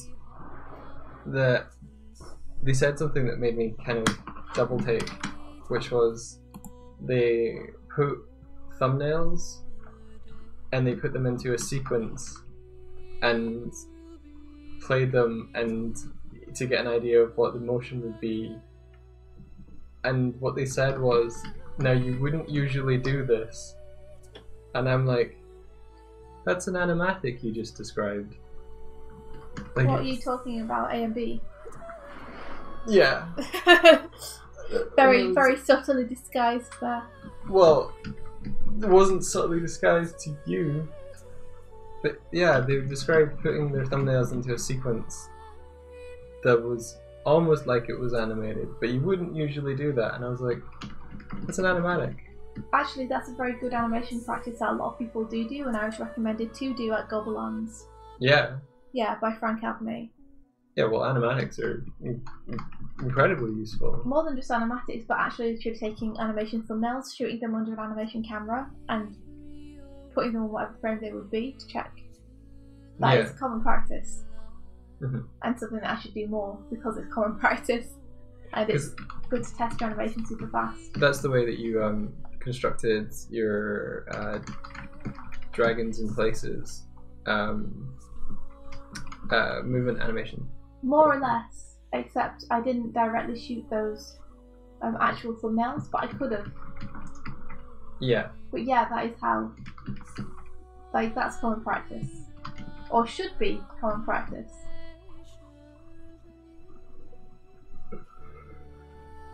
Yes, animated thumbnails very quick and fun. I saw Hardix animated thumbnails recently, and they were really, really good. It was awesome to see. It definitely helps you work out the action faster. See if something is working in motion the same way it's working in your head. Yeah.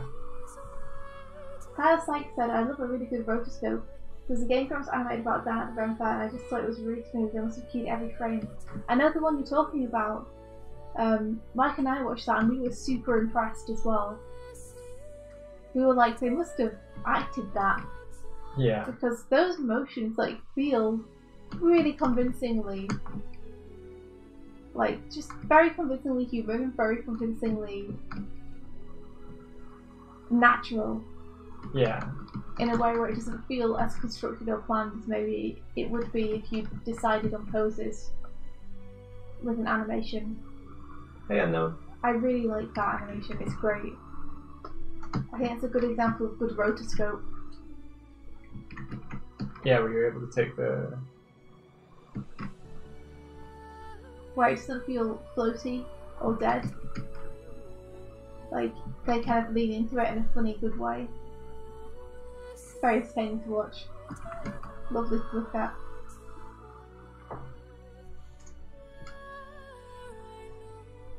Tips. I don't want to throw shade on other people. I'd rather illuminate good people. practice. For example, awesome people to look at on YouTube who are very good at animation and know what they're talking about. Patrick Stannard, Toniko. Both these people are people you should be following. Patrick does weekly animation streams on Saturdays where he answers lots of animation questions from people in a really helpful, good way. And Tamiko is going to bring out a 2D animation course soon. He's been storyboarding on How to Train Your Dragon 3. So as well as doing his own personal projects. Yeah.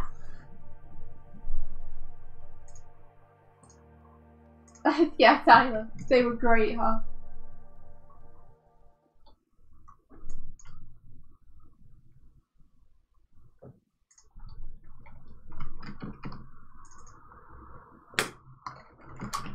Bob Ross is a good thing to have on your recommend. That's for sure.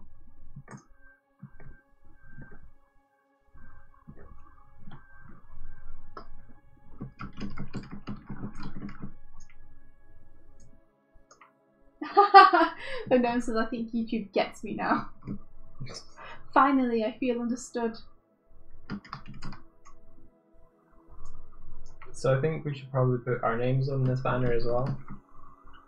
Well, Tibbs, we're not going to throw shade, but we can't stop you from throwing shade.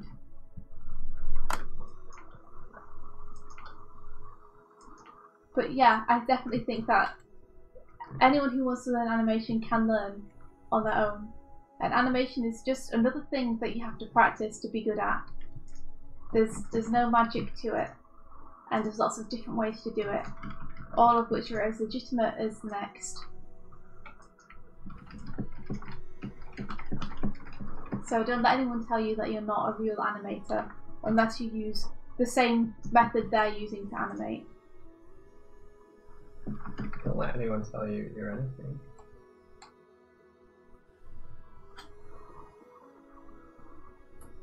Tyler says, when I was in college, my method of animation was similar to a comics world movement.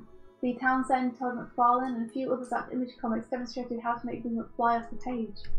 Wow, that sounds awesome! Yeah, whatever works for you as well. That sounds really interesting though.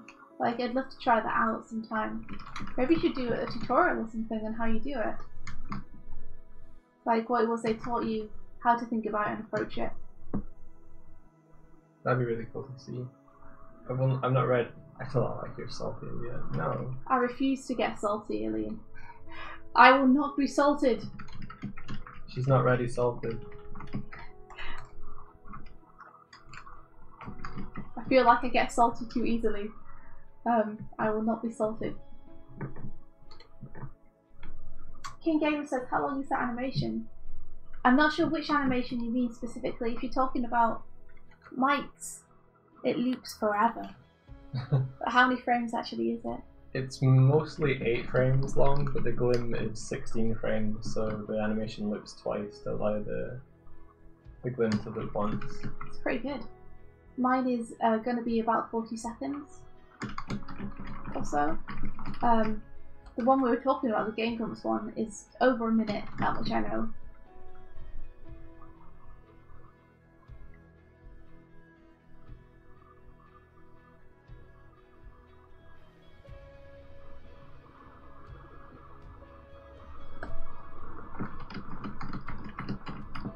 I tend to, the way that I love working is to get an animatic first, and then to stick very close to that animatic, because I can find that my loose drawings have much more vivacity and life in them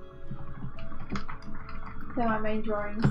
So you can see here, I have my animatic next to me on the left, and the two poses are like extremely close. I think it helps that I tend to overboard. So when I come to animation, I have a lot of information to go off on the board. That's my preferred method.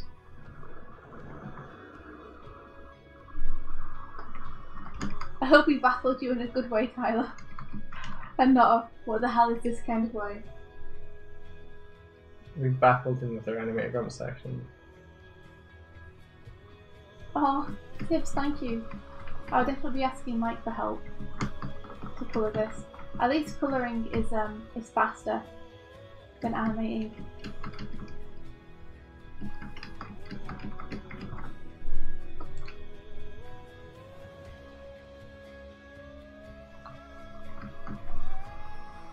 I want to get those nice instruments in. You know, make them look all good. Look all pretty. Exactly. Shimmery instruments. But thanks very much, Tiz. I really appreciate the offer.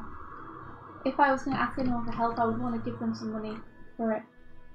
Because it takes a lot of time, and it takes time working on people's personal projects, as well as if you're freelance, they could be doing to earn money.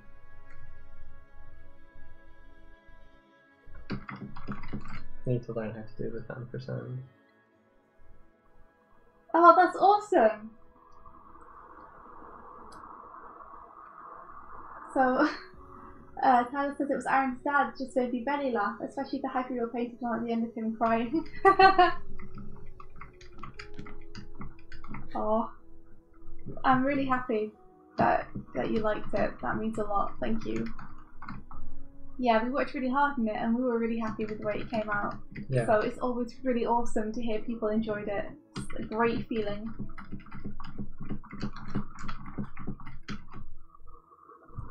I'd like to try that animation technique if yours. That sounds cool. Sorry, Mike. I was just saying that was an intense 2 weeks, but it was worth it. Yeah, it was. 2 weeks for me, it was longer for you. Yeah. I think it was about a month for me. Yeah. I was animating it after work though, so it probably would have been about 2 weeks full time if I'd managed to do it full time.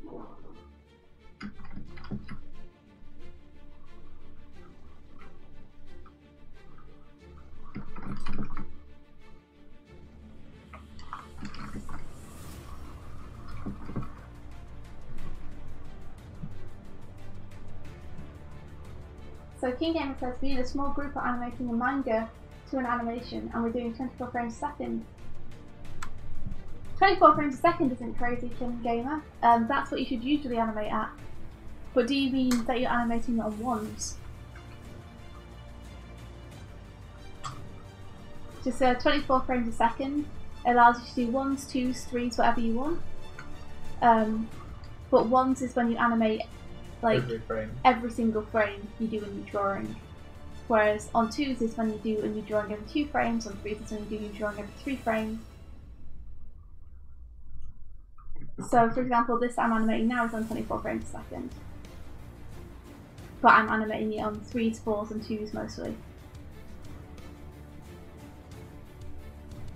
Like this bit I'm animating now is on 3s, because 3s are amazing. Let no one ever tell you that 3s aren't amazing. 3s are my favourite. They're so crunchy and fun. They're smooth yet crunchy. It's like the best worlds of both peanut butter types. I'm glad you added types there. Smooth and crunchy at the same time. India discovered a American food section in Aldi, and she was like, I need to leave. Because they had peanut butter and Reese's. Yeah, it's deadly. Because I love peanut butter, and there's just a whole section now in the supermarket of just really cheap American candy, and I have all of the Reese's stuff, and I'm like, oh, this is deadly. I cannot allow myself to buy any of this. Yeah. It says blessed be the trees. And Tyler says, especially for the Night in the Woods animation. I played it last week and completed it. Oh, that's awesome. Good game. Yes, we really enjoyed that game a lot. Scroll to YouTube to find yours and immediately scroll to your channel. Thank you. Thank you very much. That's awesome. It means a lot, especially because there was someone else who uploaded our animation to YouTube. And it's got a lot more views than our actual upload has. So it's always awesome when people actually find ours. We're like, yay! Thank you. Find us. Yeah. But we really, we loved that game. That was the first game we did a Let's Play of together, so it's got a special place in our hearts. As well as it just being a damn good game as well. Really beautiful. It's, so stylistically on point. Yeah, it's a great game for people who are into animation or art, because the style of it is so nice and appealing and good. We didn't really want to flag the video, Tyler. We could have, and maybe we should have, but we just ask them if they would please put a link to our channel in their description. We figured it was better for it to be seen than not seen. Yeah. The only problem being that a lot of people now think that they're the one who animated it. Oh yeah. Because people don't tend to read the description. We're pretty new to YouTube, in case you hadn't noticed. So Yeah. we're living and learning. But we definitely didn't want to, like, maybe we should have flagged the video. It's Maybe. okay. Next time.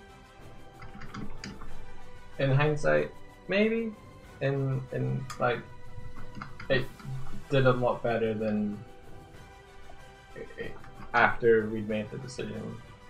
Well, I wasn't so much worried about how well it was going to do, but I didn't want to tear down someone else's channel. Like, it felt like it wasn't worth it. But I didn't realise that you could just flag the video and it wouldn't really affect the channel. Right. It would just affect the one video. Yeah. Ah, well though. How do you feel about uploading the animation on YouTube? Do you just post it and hope people watch it? Lol. Pretty much, yeah. Kind We of, pretty yeah. much just we post it and then we share it with our friends and we share it on Twitter and we hope that people see it. And that's kind of it. And if it does well, we dance around a bit and are super happy. And if it doesn't do well, we're like, okay, next time. And then go on to the next one. We'll make something better. Yes. That was my attitude with Night in the Woods, I think, is when the animation got posted by someone else, I was like, well, I guess we just have to make something that does as well as that. Something new.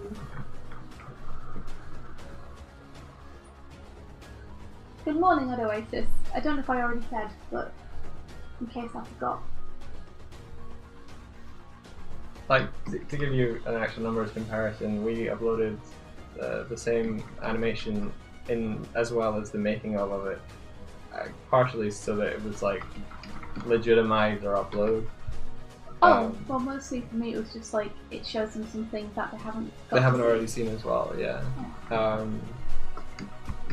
And yeah, I think I last looked, we were at like 10,000 10,000! maybe. I'd need to check again. That's really good! I didn't know we were at 10,000, I thought we were at like 1,000 or Let me see. something. That's really cool. It might be 1,000. Yeah, 10,000 on it. 10,000 is really good. And they're at like 250,000. To be honest, it was our own fault though. Yeah. We Because, should have uploaded it to YouTube. yeah, as because we its finished own that thing. animation like 3 months or 4 months before it got uploaded by the other person. Yeah. And then we only uploaded ours after they uploaded theirs because we were like, oh wow, we should upload this because he's, or they have already uploaded it. So it was our own fault for leaving it so long. We should have just uploaded it straight after we did it. I mean, it is on our channel at the end of our Let's Play, but it's sort of obscured. But it's buried because we wanted it to be a surprise at the end of the Let's Play. Yeah. I wanted people to be like, oh my gosh, an animation. This is really cool. Tyler played more Demon Tower than they should have. I freaking love Demon Tower. Yes, it's so addictive, isn't it? Oh, it's Independence Day. Of course it is. Happy 4th of Independence. July.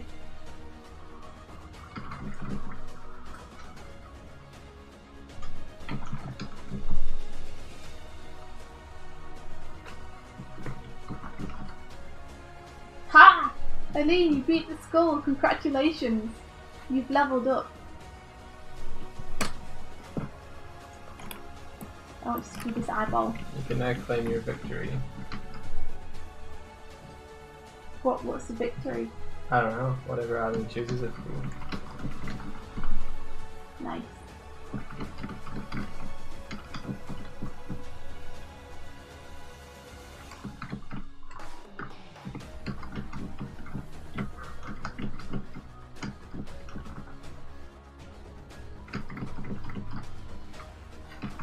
Not laughing though. Nice.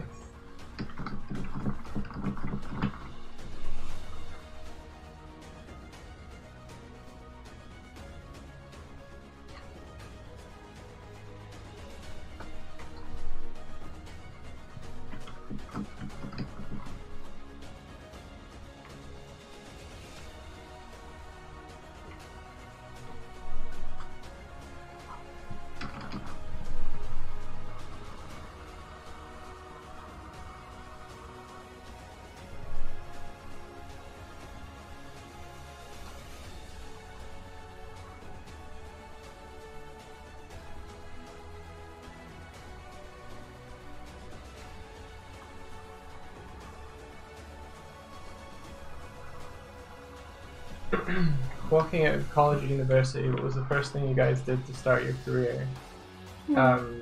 A week after I graduated, I started doing a games development 10-week competition, which lasted over the summer, and through doing that I got the attention of a couple of games companies that offered me interviews after the competition ended. It is very intense music, isn't it? I'm gonna chill it out. I started doing a little bit of freelance for people and ended up working with someone who then recommended me later for a job at Sega, and that was the first place where I really felt like I had a job as an artist. And it was that place, it's probably my favourite place I've ever worked. I was really sorry to leave there. It was an amazing job, but it wasn't animation. But it was probably working at Sega that gave me the confidence to pursue animation. Because I always wanted to do animation most, but I was too scared to send in my showreel anywhere. Because I was scared that people would say, your showreel's crap, you will never be an animator, you weren't meant to be one.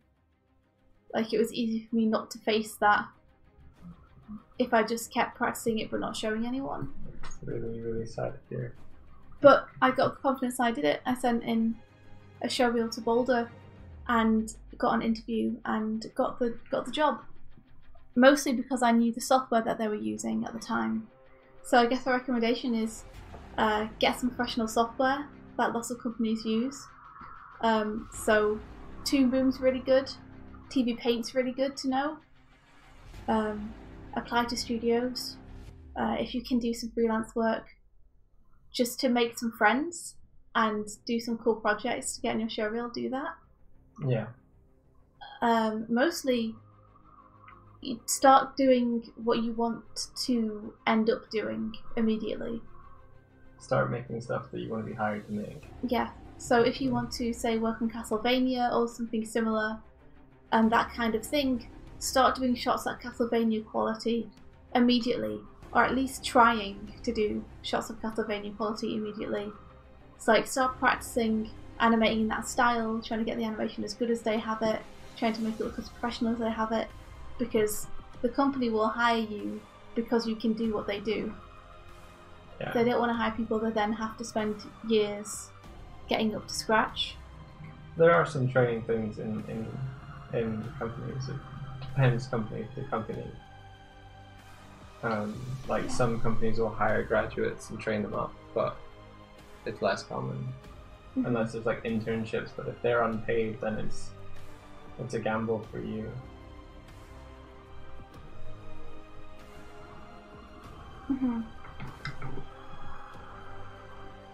Let's see. Any tips on making a showreel? Yes, only put on the things that you want to continue doing when you get hired.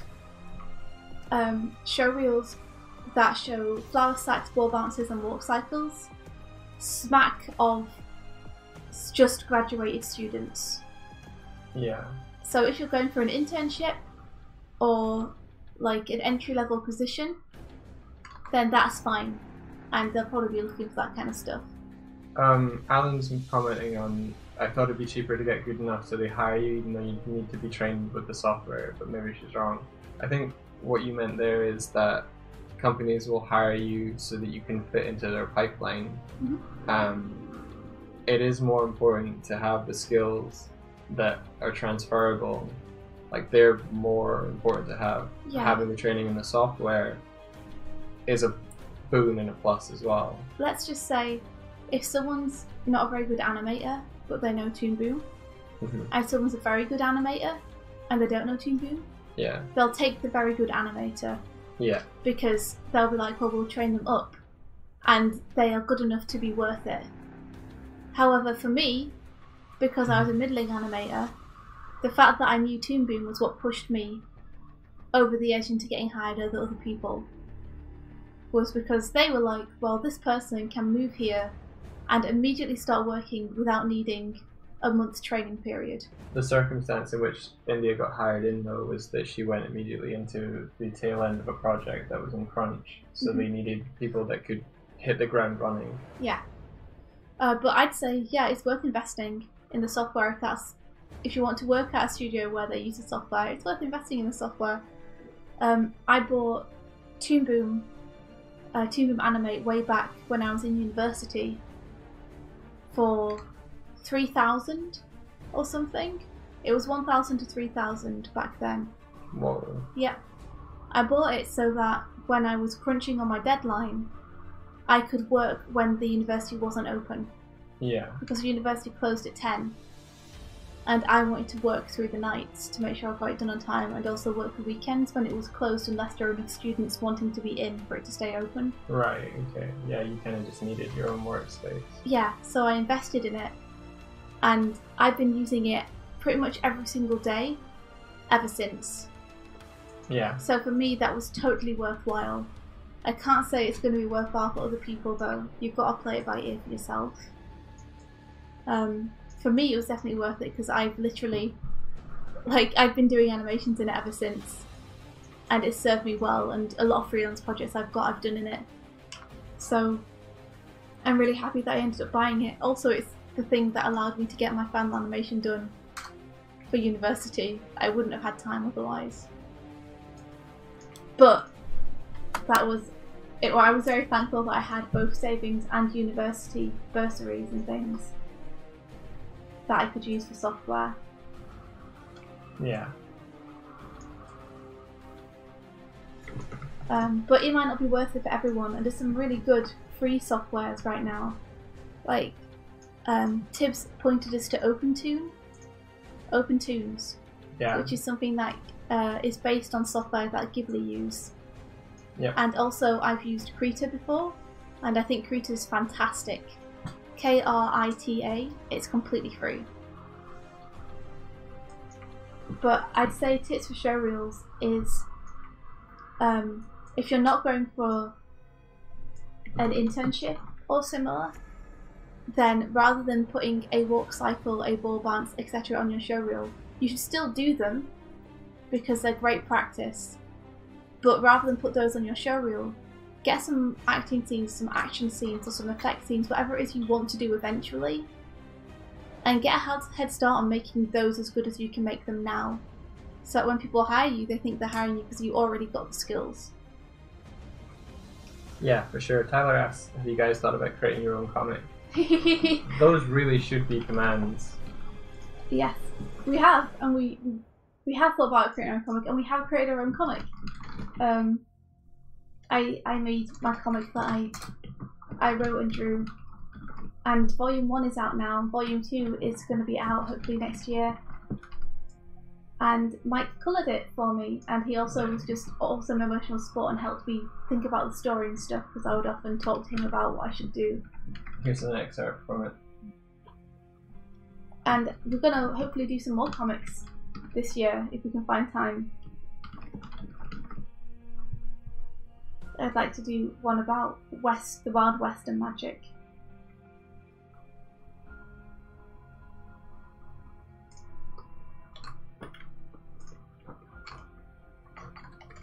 What Toon do I have exactly? I think I have whatever the highest one is, the professional one. I don't know what they call it, whether it's called Toon Boom Pro, but the highest one. It's the one which means that every time they update the software, I get it updated for free.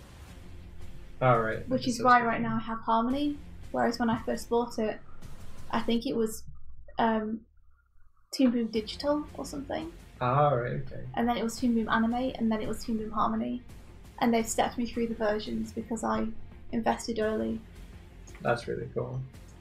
Actually, something most people don't know is that Toon Boom are a company that you can barter with. Yeah, I think Epifex was saying that they set him up with a trial at least, so he could learn. Yeah. To use it.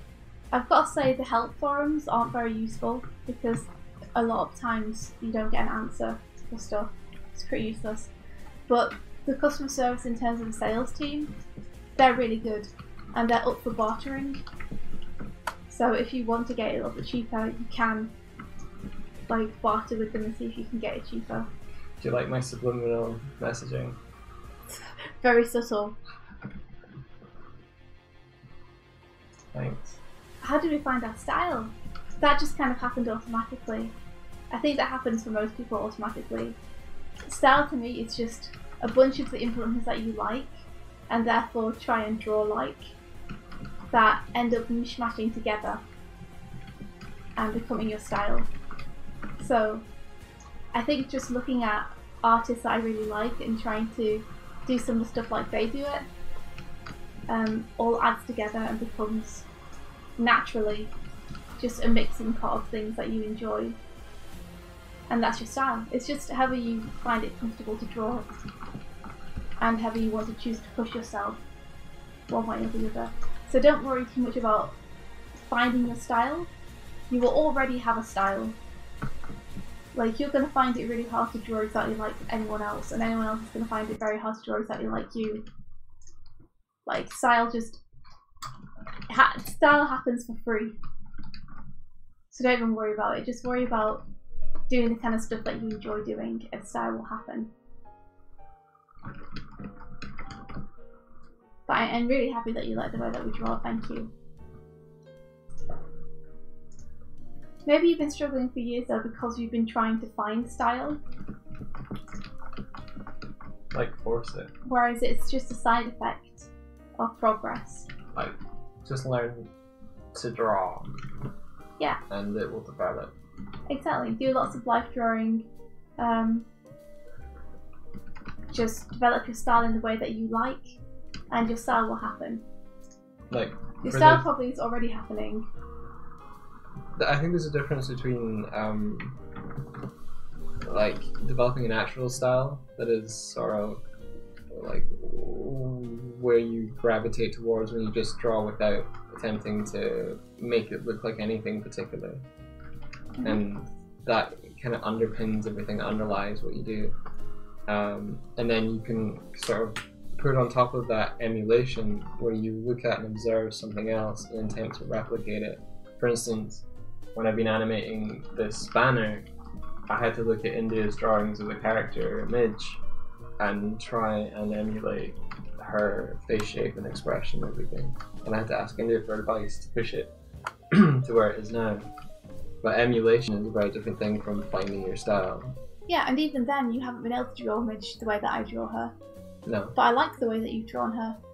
It's the way that you would draw her. Yeah, I like the way I draw her. It's very hard to draw exactly like another artist, because we all have our own ingrained way of solving problems when it comes to our drawings, and our own shorthands that we've developed. And that's part of what makes your style as well.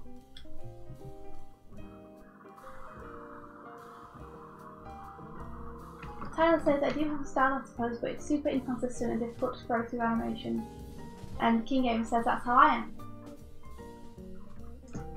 am. I think consistency is just something that comes with practice. The more you draw, the more comfortable you become with the way that you draw.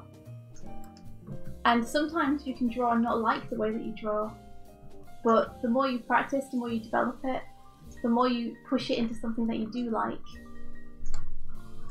Like, if you hate the way that you've drawn that nose, then you try drawing your nose a different way. And then if you like that nose, you keep on drawing the nose that way. And that's style. Yep. I agree. It's like drawing Darwinism. The things that you like survive, and the things that you don't like you stop doing. I like that. Style is like Darwinism. Mm-hmm. Morning, Kieran. Hey, dude. Do you think I get beautiful lines, Hardic and Toon Boom? That's really interesting because I really hate my lines in Toon Boom. I think they're awful. I guess I use a very thin brush and I'm very sketchy with it. I quite like the line quality here in Aaron because I was using a brush called Marker, but since I was using that, it seems to have completely vanished from my brush palette and I don't know how to find it again. So now I'm not using it anymore because it's gone and I don't know why. You should probably invest some time into finding it. Maybe. Time is scarce, Michael. Surely I should just bulldoze my way through Yeah, I don't like the way my lines look, but thank you. I just use a very small brush and I'm very sketchy about it. I'm still trying to learn to clean up well, you know?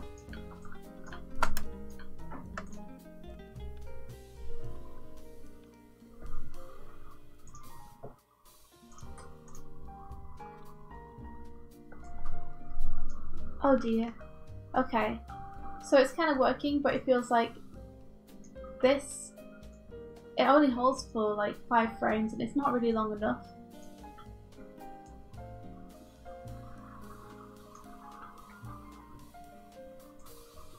So I think I need to reduce this by a frame. I'll have that just be 1 frame.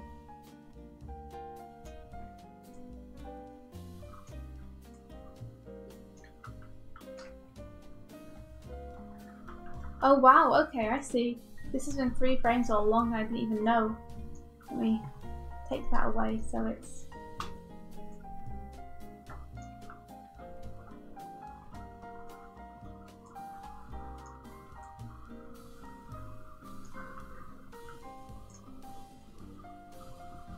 I'm just trying to see where I can save some time.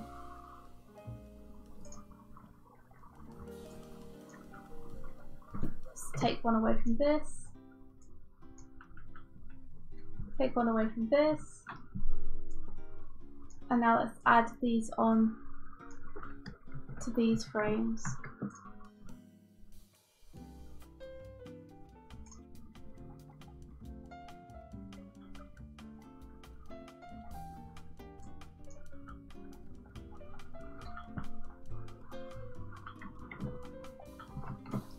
Tyler says, so these Anna mornings, is it just you guys making a bit of progress before work? How does this work? So yeah, Anna mornings essentially get us up early every day and at our desks.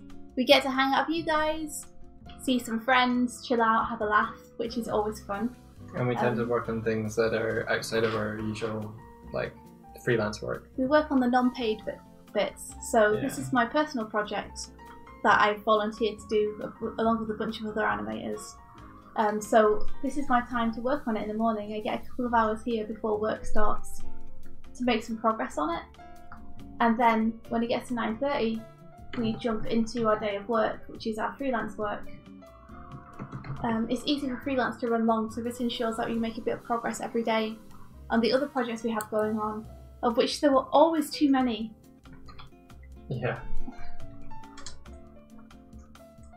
Oh, Karen, I don't think that you missed anything. I'm just trying to get this bit of animation to work. I didn't hold a certain part for too long, so I've reshuffled the frames a bit and I'm hoping it's going to work a bit better, but I guess we'll see. We will see. Thanks, Hardy. I don't feel like it's that great, but I always hope that I can fix a lot and clean up, which I'm not sure has ever worked out for me yet, but I'm hoping that maybe this time it'll be different, you know? Yeah, you shouldn't rely on cleanup, because you don't... Well, maybe you're better at cleanup now than you used to be. So maybe I should have, like, Doig and Swift present Go on the Glim. I'm trying to think of what information to add here. Do you have any advice in there? Advice?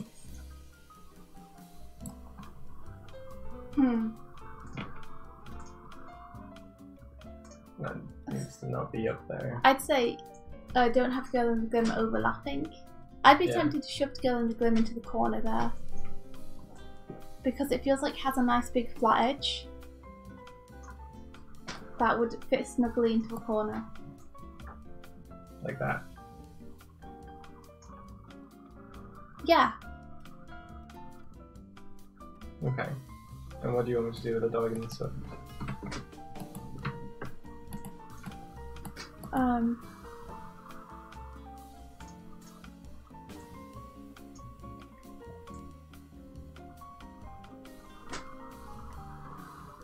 I don't know.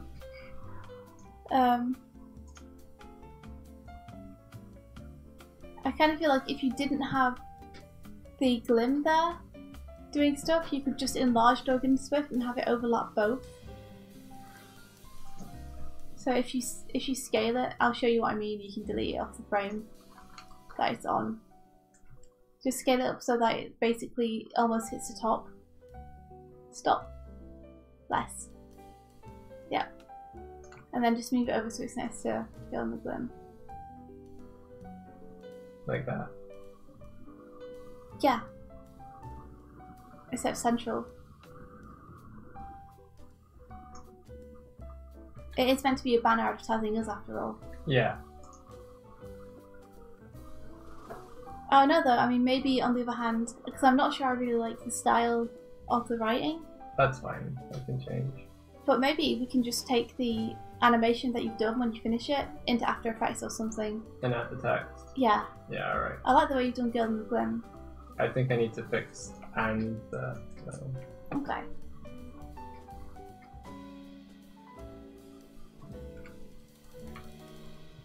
Yes, Kieran, cleanup kills my lines too, and I don't know how to stop killing my own animation.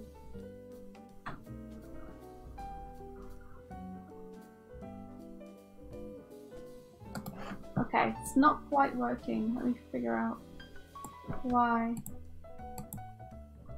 I think I need an extra frame for this. I think it was a bad call to make that frame. Pull this along.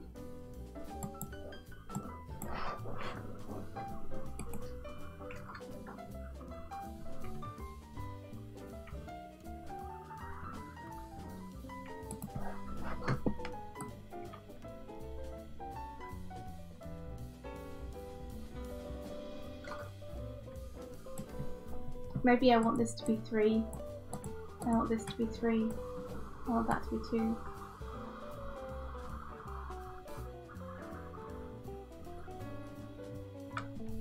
I'll figure this out. I use a desktop.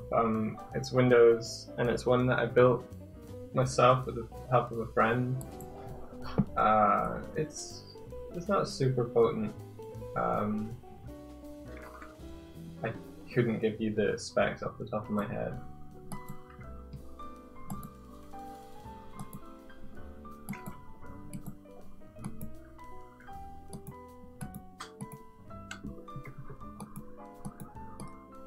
Let's try this.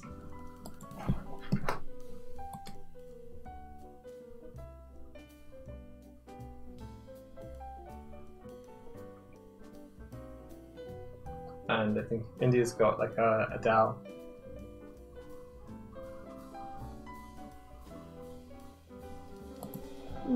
This no longer goes with the voice. Oh, lip sync, why? That is something that I think you struggle with a little sometimes. Getting lip sync to sync.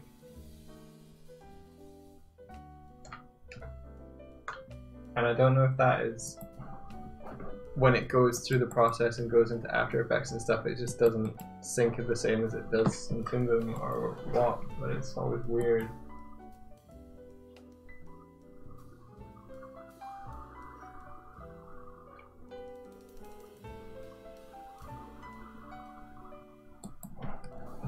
No, I think it is just a problem that I have Like I know with my animation. I know you do the rule where it's like you have to do it 2 frames ahead for it to read. Yes. But maybe sometimes. No, it's not the problem. That's not the problem. Sorry. You do need it 2 frames ahead to read. That's definitely a rule that's good. Don't ever tell anyone that that's not what you should do, because that is 100% what you should do. I think I just have a problem because what I tend to do is I want them to do certain acting and motions during my animations, and then I put the lip sync on over the top, and sometimes the poses don't allow for the lip sync. Right. And so words drop off or get missed. Right. Because I'm not really working on them in conjunction with one another. I'm working on the poses and the story first, and the actions the characters are taking, and then the lip sync. Right. So for example here, I want Danny to flinch when Aaron smashes that down. And I think it's nice to have that bit of acting, However, Danny's laugh goes right up until when he says, wow. Ah, right, okay. So it's like I have to have him laughing through the flinch. Oh. I've of course stopped him laughing before the flinch because I think he'd be like, haha, right, like okay. that. But the audio. The audio is ha ha ha ha ha, wow. So Yeah. I'm fighting with it. Yeah. So I'm either having to leave off the lip sync or incorporate into it in a way where it might not necessarily work the best way with the action. Yeah. And that's my fault for bad planning. Gotcha. Like, that's just, it's a problem that I continually have. I think I'll have to have him laughing through the flinch. Oh yeah, Tyler. Aaron's really supportive of other animators. He's great. I love the fact that Game Grumps as a company are paying people to do the Game Grumps animated. Yeah.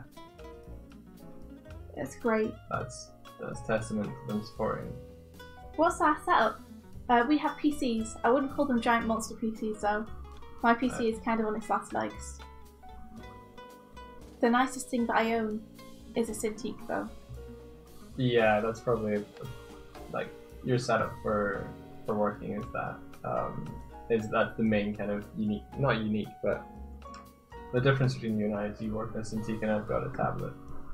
Mm-hmm. Oh gosh. Oh the goshin. Paulina J.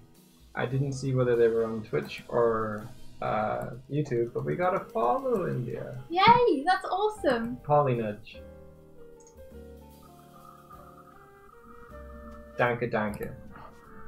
On the bright side, the WoW is working really well, guys. Yay! That's good at least. I might have to lose his shocked expression for a frame because he's meant to be laughing. Oh dear. Animation's difficult, lemon difficult. Ah, Tyler didn't know that the Grumps gave animators compensation for their King Grumps animated. Oh, Lil Blue Lamp says, I love your animation / drawing style. Oh, I'm not sure. It might be to both of us. I've got text. Oh, thank you. Okay. Thanks very much. It's fun to give everyone giant googly eyes. I like that Aaron is in the background, yet his eyes are bigger than Dan's eyes, even though Dan is close up in the foreground, because googly eyes are fun. But yeah, Tyler, they you can pitch an idea to them for Game Grumps animated, telling them which audio clip you'd want to use and what kind of thing you'd want to do, and send them an animatic or whatever. And if they like it, then they will. I think it's $1,000 or over. They give you. It has to be over a minute's worth though, just because if it's not over a minute's worth, then they're not allowed to monetize it. Yeah. And if they can't monetize it, they can't pay the animators, because that's where they get the money from, to pay the animators. So the only condition is that it's over a minute, but yeah, they're open to people sending in stuff.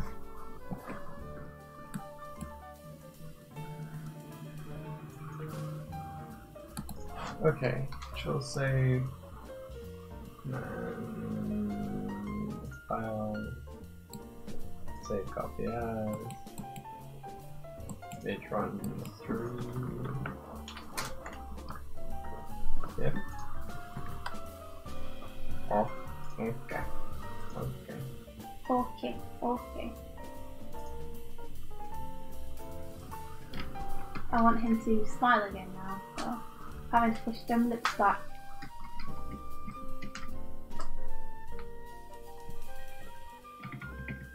Ha! Exposure was YouTube currency. You can't pay rent with exposure, unfortunately. Did you know artists die from exposure? Exposure, it's a killer.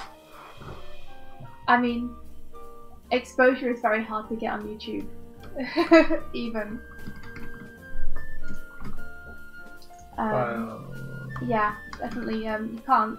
If people are spending a month working full time on an animation, unless they're living with parents, somehow living rent free. There's no way for them to earn money because they have to spend the entire time working on the animation. So they either get paid for the animation or they get evicted, unfortunately. So I'm glad that Aaron's supporting the animation community. It's awesome. It makes him more awesome in my eyes. To actually allow people to work on animation for a month because they're getting paid for it. It's awesome, like to a lot of people who are finding it hard to break into the industry. They can't justify spending a month on animation because they can't get paid for it, so it's really cool. Where did I save this to? Yeah, Tyler, Twitter's fantastic, isn't it? I love it. I used to not be on Twitter at all, but since I've been on Twitter, I've converted completely to it. It's where I find a lot of my favourite artists and animators too, especially through the Anime Monthly hashtag, which I really love. Anime Monthly's been really good, just for seeing a more variety of animators making and doing stuff. Yeah, now I suppose that is a gig which is purely for exposure, but at least that's like do what you want, and if you're working on something you can show, just show that. You don't have to do anything specifically for this challenge. Just show what you've been doing. So, shout out to Ross too, who's also really supporting the animation community. Yeah. By allowing the platform for people's work to be seen. Every Anime Monthly I go through the entirety of Ross's wall and also search the hashtag. And look for animators I'm not following yet.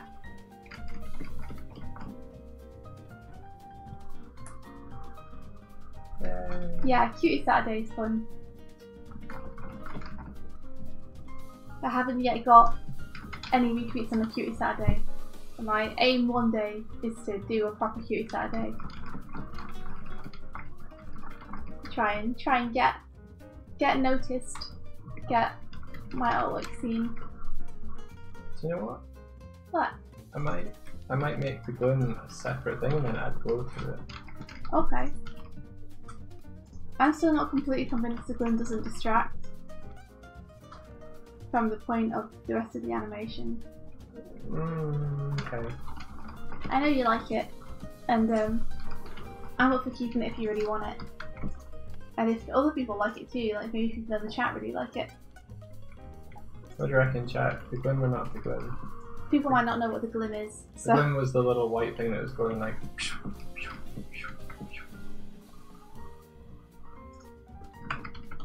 It's this thing here.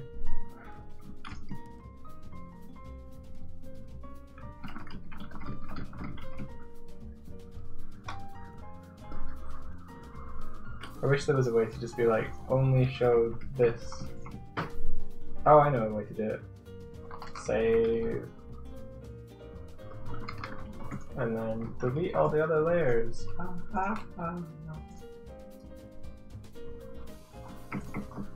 Here on things, I think it's better without it, but it's half the name. I'll see if I can incorporate it more subtly. Maybe you could just incorporate it into text, like into the name. Yeah. We could just have the name glowing, like white. Or something. Just because I like the focus being on her running away from the glums. Yeah. And that's a little bit eye-catching, I guess. Yeah. Ooh. I think you've had an old Toon version, that's awesome.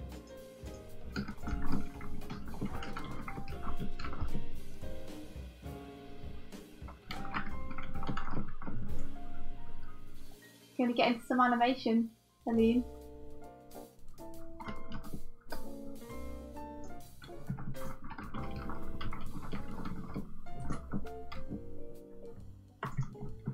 Oh.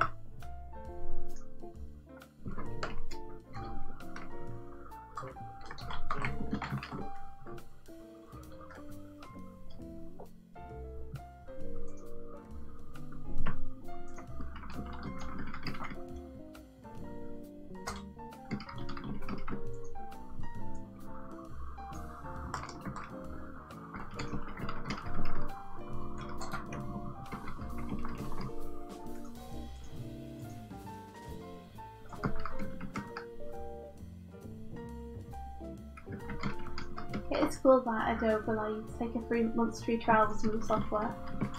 I've got a lot of work done off month free trials of various software. Aline, you'll never be a real animator. What constitutes a real animator? Are you telling me you're a fake person?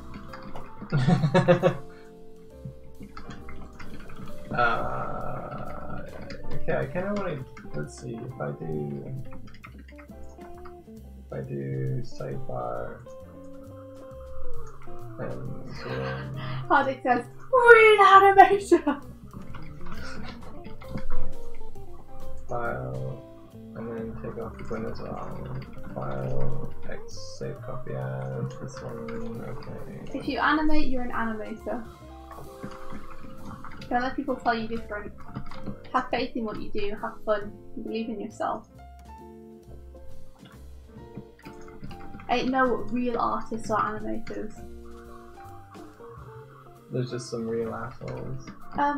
Krita is open source, yes, and it's fantastic. I'm currently animating in Toon Boom, but I use Krita a lot, and I really like it. I would be using Krita for this if I didn't think that I needed camera moves, which it turns out I didn't really anyway, but I only figured that out after I'd finished storyboarding it in Toon Boom. Is there a way to change the color of a solid after you've made the solid? Yeah, it's in the properties panel, right? I don't know.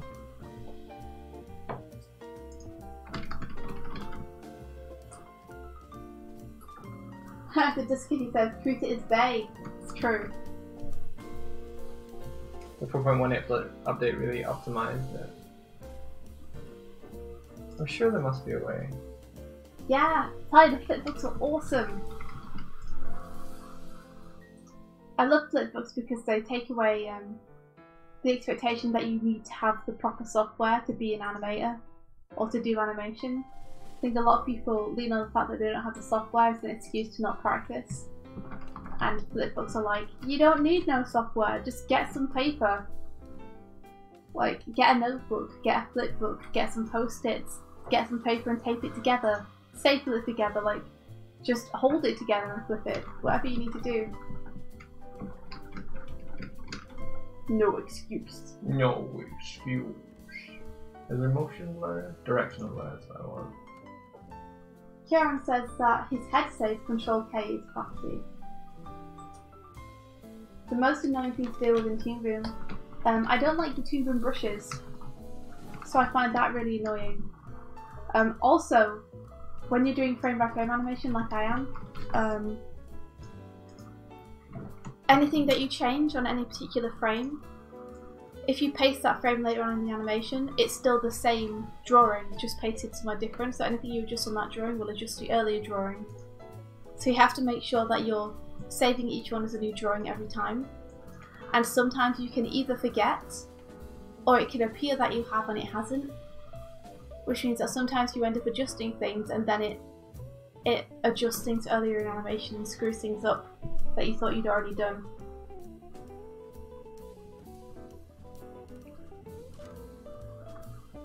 Hey Doig, perhaps have the block dissolve just halfway through the tree, then it keeps the colour that looks like your character is running through the dark woods. Let me see if I can untangle what you mean there. Block dissolve just halfway through the tree. So rather than having it straight edged, maybe? I'm not sure. I'm not sure, because the trees move.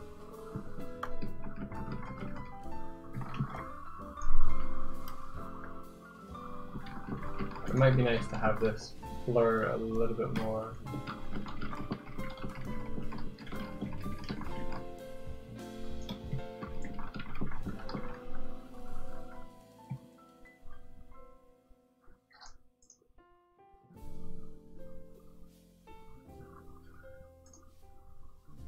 I think there's a way to change the color. Maybe I'll just do a color overlay so it's easier to find. There's not a ticky box. What happens is, let me see if I can zoom in for y'all. It doesn't want to.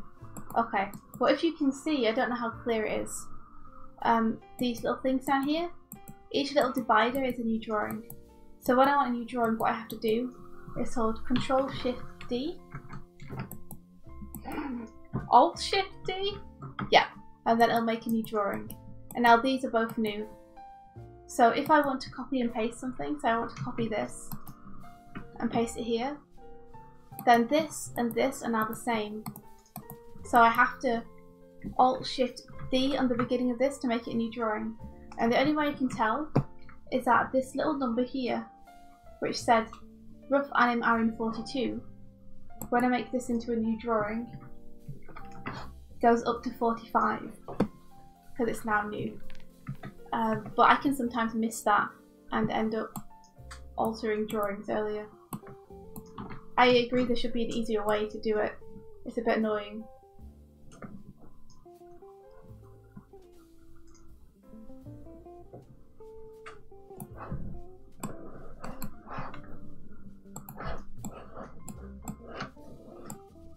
I'd say that Tumu is not the friendliest software to use. I've got around it simply by only using the things that are useful to me and ignoring everything else. Which is why I don't know things like why my brush is vanished from my brush palette. Because I only deal with the fact that I have to select the brush tool to use it, and that's about as far as my knowledge goes.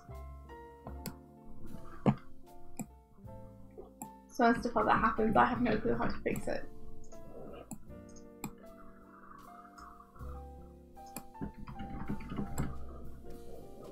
Try and decide where to position these things.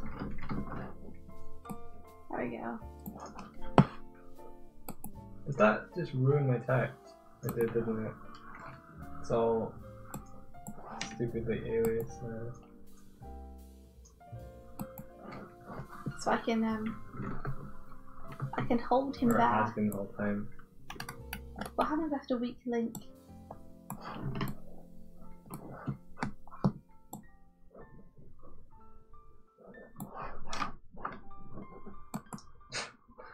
This kitty says, I need a create and finish a project from my brain button. That's just well, I guess discipline more than willpower.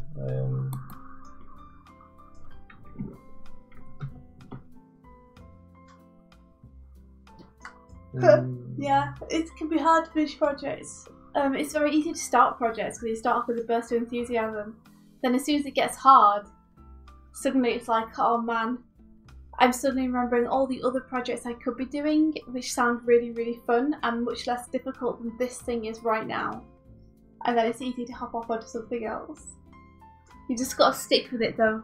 It helps doing it for other people. Like for this particular thing I'm doing, it's a collaboration. So if I don't finish it, I'm gonna let a ton of people down. So I'm like, okay, I have to finish it. And there's a very awesome triumphant feeling you get from finishing something. There's a lot of power in finishing something. It's very like I did it! It's like Highlander the Quickening. Did you reach the I did it? I did it! It's a great feeling. It's a bit addictive. Like, now I want to do like a project every couple of days.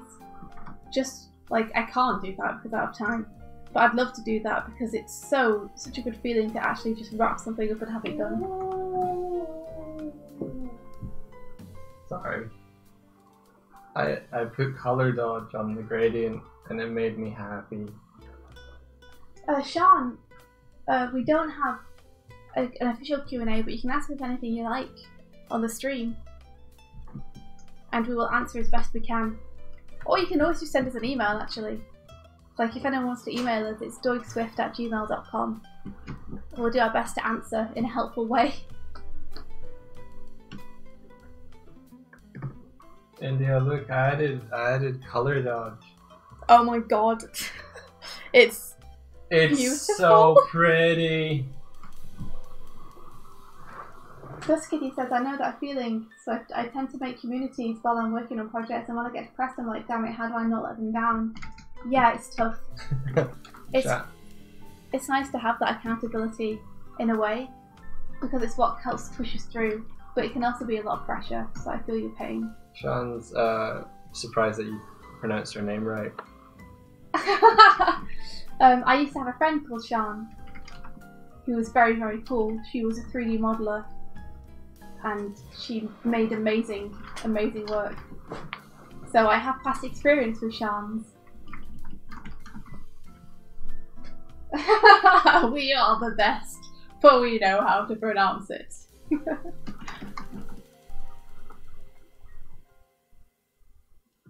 Parasite, so that sounds like a video I watched called Animate Me, where a woman is basically saying, animate me like one of your French girls. Then it cuts to a dark room and a 6-frame animation. That's pretty good. Ooh.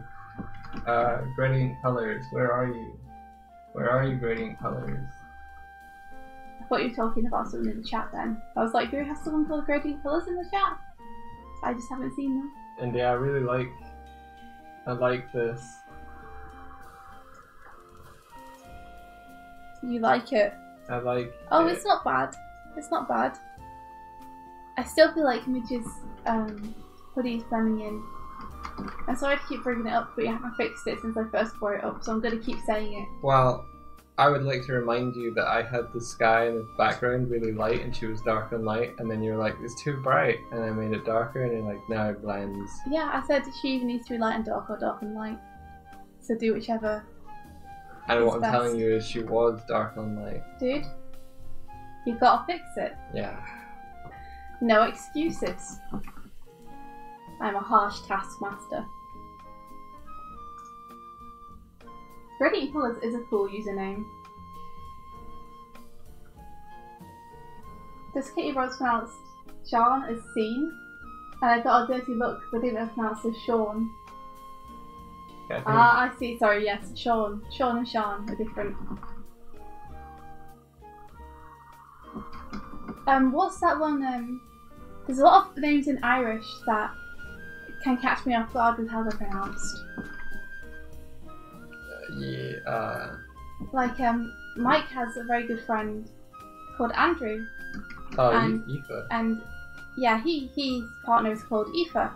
And Aoife is A-I-O-F-E. I think it's A-O-I-F-E. Sorry, A-O-I-F-E. And when I first read her name, I was like, Ioife? Oh, and yeah, likewise, yeah. S-I-O-B-H-A-N Siobhan. is Siobhan. And I used to say Siobhan, Siobhan? which is not right. Yeah, Siobhan. So I guess you live and you learn, huh? But yeah, just Kitty, when I first saw the name Sean, as you've spelled it there, it was in Harry Potter. And so of course I didn't know that it was pronounced Sean. I thought it was seen as well. Also, Hermione I thought was Hermione. So there you go. Hermione. Yeah, I thought that for the longest time. And I've then never I heard the name. watched the movie and it's like, Hermione! And I'm like, Oh, okay. oh. It sounds right to me now because I've got so used to it, but back then I'd never heard it before, so I was like, Hermione.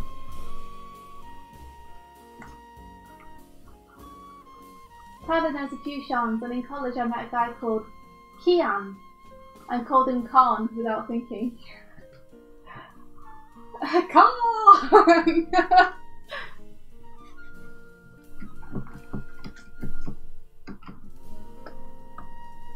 Non-phonetic names are difficult, but also kind of cool. I've got to say, there is something nice feeling about it.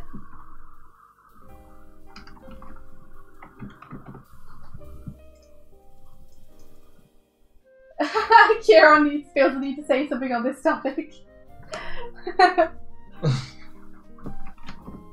Go for it, Kieran.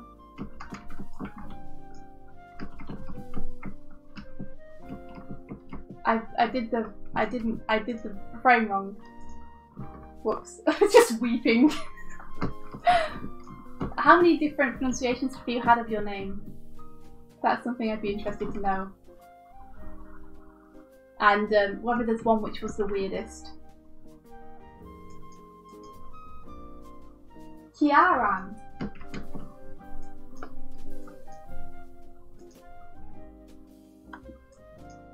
Kanran Lucas. That's a pretty bad pronunciation.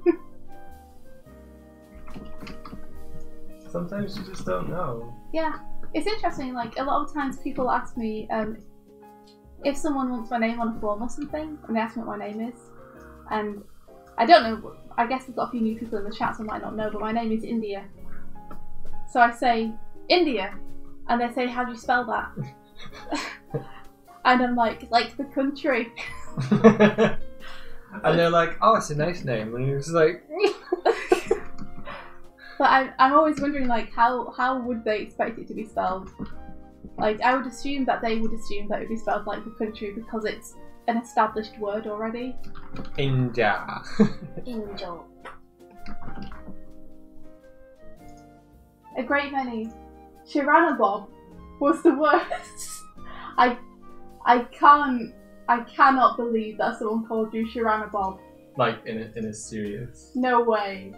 No way.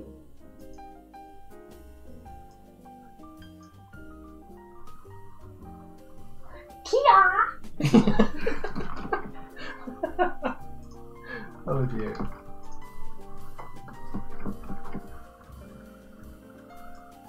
I love Link's like attack noises are the best. Oh, look how beautiful it is now, India. Oh, Have I fixed the 2D? oh my god, like no!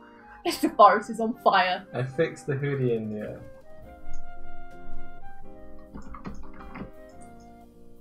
First once met someone called Owen, but it was spelled O-I-N, like O-in. But I made sure to call him Oin, like the end of the word coin. I've met no one where it starts E-O-I-N. Yes, likewise. That makes more sense, somehow. I still feel the need to pronounce his name wrong all the time by accident. Eoin. I don't know what I want to call him, like Eowyn. It's like, that's not his name. Owen is his name. Tyler's like, my name's Michael, with a B. What is that from? So, how would you pronounce E-O-G-H-A-N? Kieran, because I know some Owen. Ohan? Is that maybe? And Owens? They're all Owen. Are they all Owen? Yeah. Whoa, okay. Wow. I've never come across the middle spelling before, so that's something that I will tuck away there for when I do meet someone like that, and I can astonish them by being a person who doesn't get their name wrong. I love these. Be respectful and learn to pronounce their name right. Michael with a B. Michael? That's my boy. I love putting on gradients and blending mode. For some reason I thought you were about to say I love putting on braids. Ooh, that one's nice. But that reminds me, don't let me forget that I can cut your hair today, whenever you want.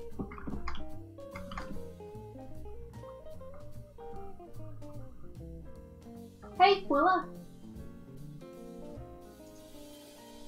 Oh, Sean's middle name is Neve. Me. Because we live in No, Ireland. Neve. Okay. Yes, because we live in Ireland, now we know that this is Neve. Because there are a couple of Neves around. Unless you're Irish, no one's gonna pronounce that right. Yeah. Yeah, I used to think it was a Nim, like Secret of Nim. Oh yeah, because at the end, IMH, right? Yes. This is a very bad frame. I don't think I'm concentrating properly, guys. I'm sorry. I'm doing this wrong. It is almost 10 AM. Yes, we should quit because we actually started at 7 today, which means this has been a 3-hour stream. Yeah. You guys should stop being like so damn nice, entertaining, and just cool, so that we don't feel the need to hang out with any of you. Let us be alone and lonely in our corner. No, thank you for coming and hanging out with us. It always makes our morning. I think we started at 7 thinking that we were going to stop at 9, but it's been just too good. Yeah. Shut it down. It's just like, shut it down, adventure. Those unceremonious ends of the stream. We have to do a whole thing, Cardick. We have a whole thing that we do. We have a whole thing. We have to do it. Yeah. You know? Or else this isn't a real stream. I started building like an ending soon screen as well. Do you want to do it? Not now. Okay. Later. Sorry, I thought that you wanted to use it. I would. Yes, the ending screen. I would like to do the ending screen. Okay, do it. Do it then. Put your money where your mouth is. Well, I can't remember what it last looked like. Let me just save what I've you're done here useless. so far. Are we going to have to wait 15 minutes for you to put together an ending screen? No. Of course not. No, it looks like... Yeah. Kiara and Hardik are doing it for us. Thank you guys, we appreciate that you wanted to stick around longer. Did you do it? Yeah, it's up. Look, thanks for joining us. It's the end. It's the end. It's finished. It's over. Wait, that's what you about to say. It has an M at the end. Cool people. Okay guys, we'll head off. Everyone have an awesome day. Do good work. Be awesome. And may the rest of your day be filled with adventure. Bye-bye. Bye. Bye.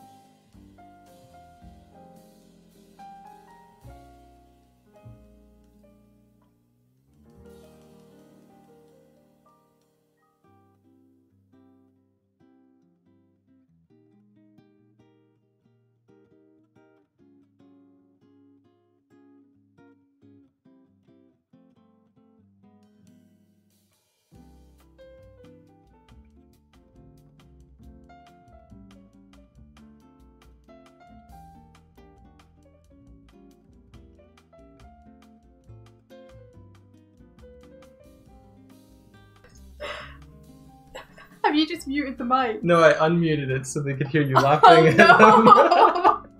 Why is it still there? Ah!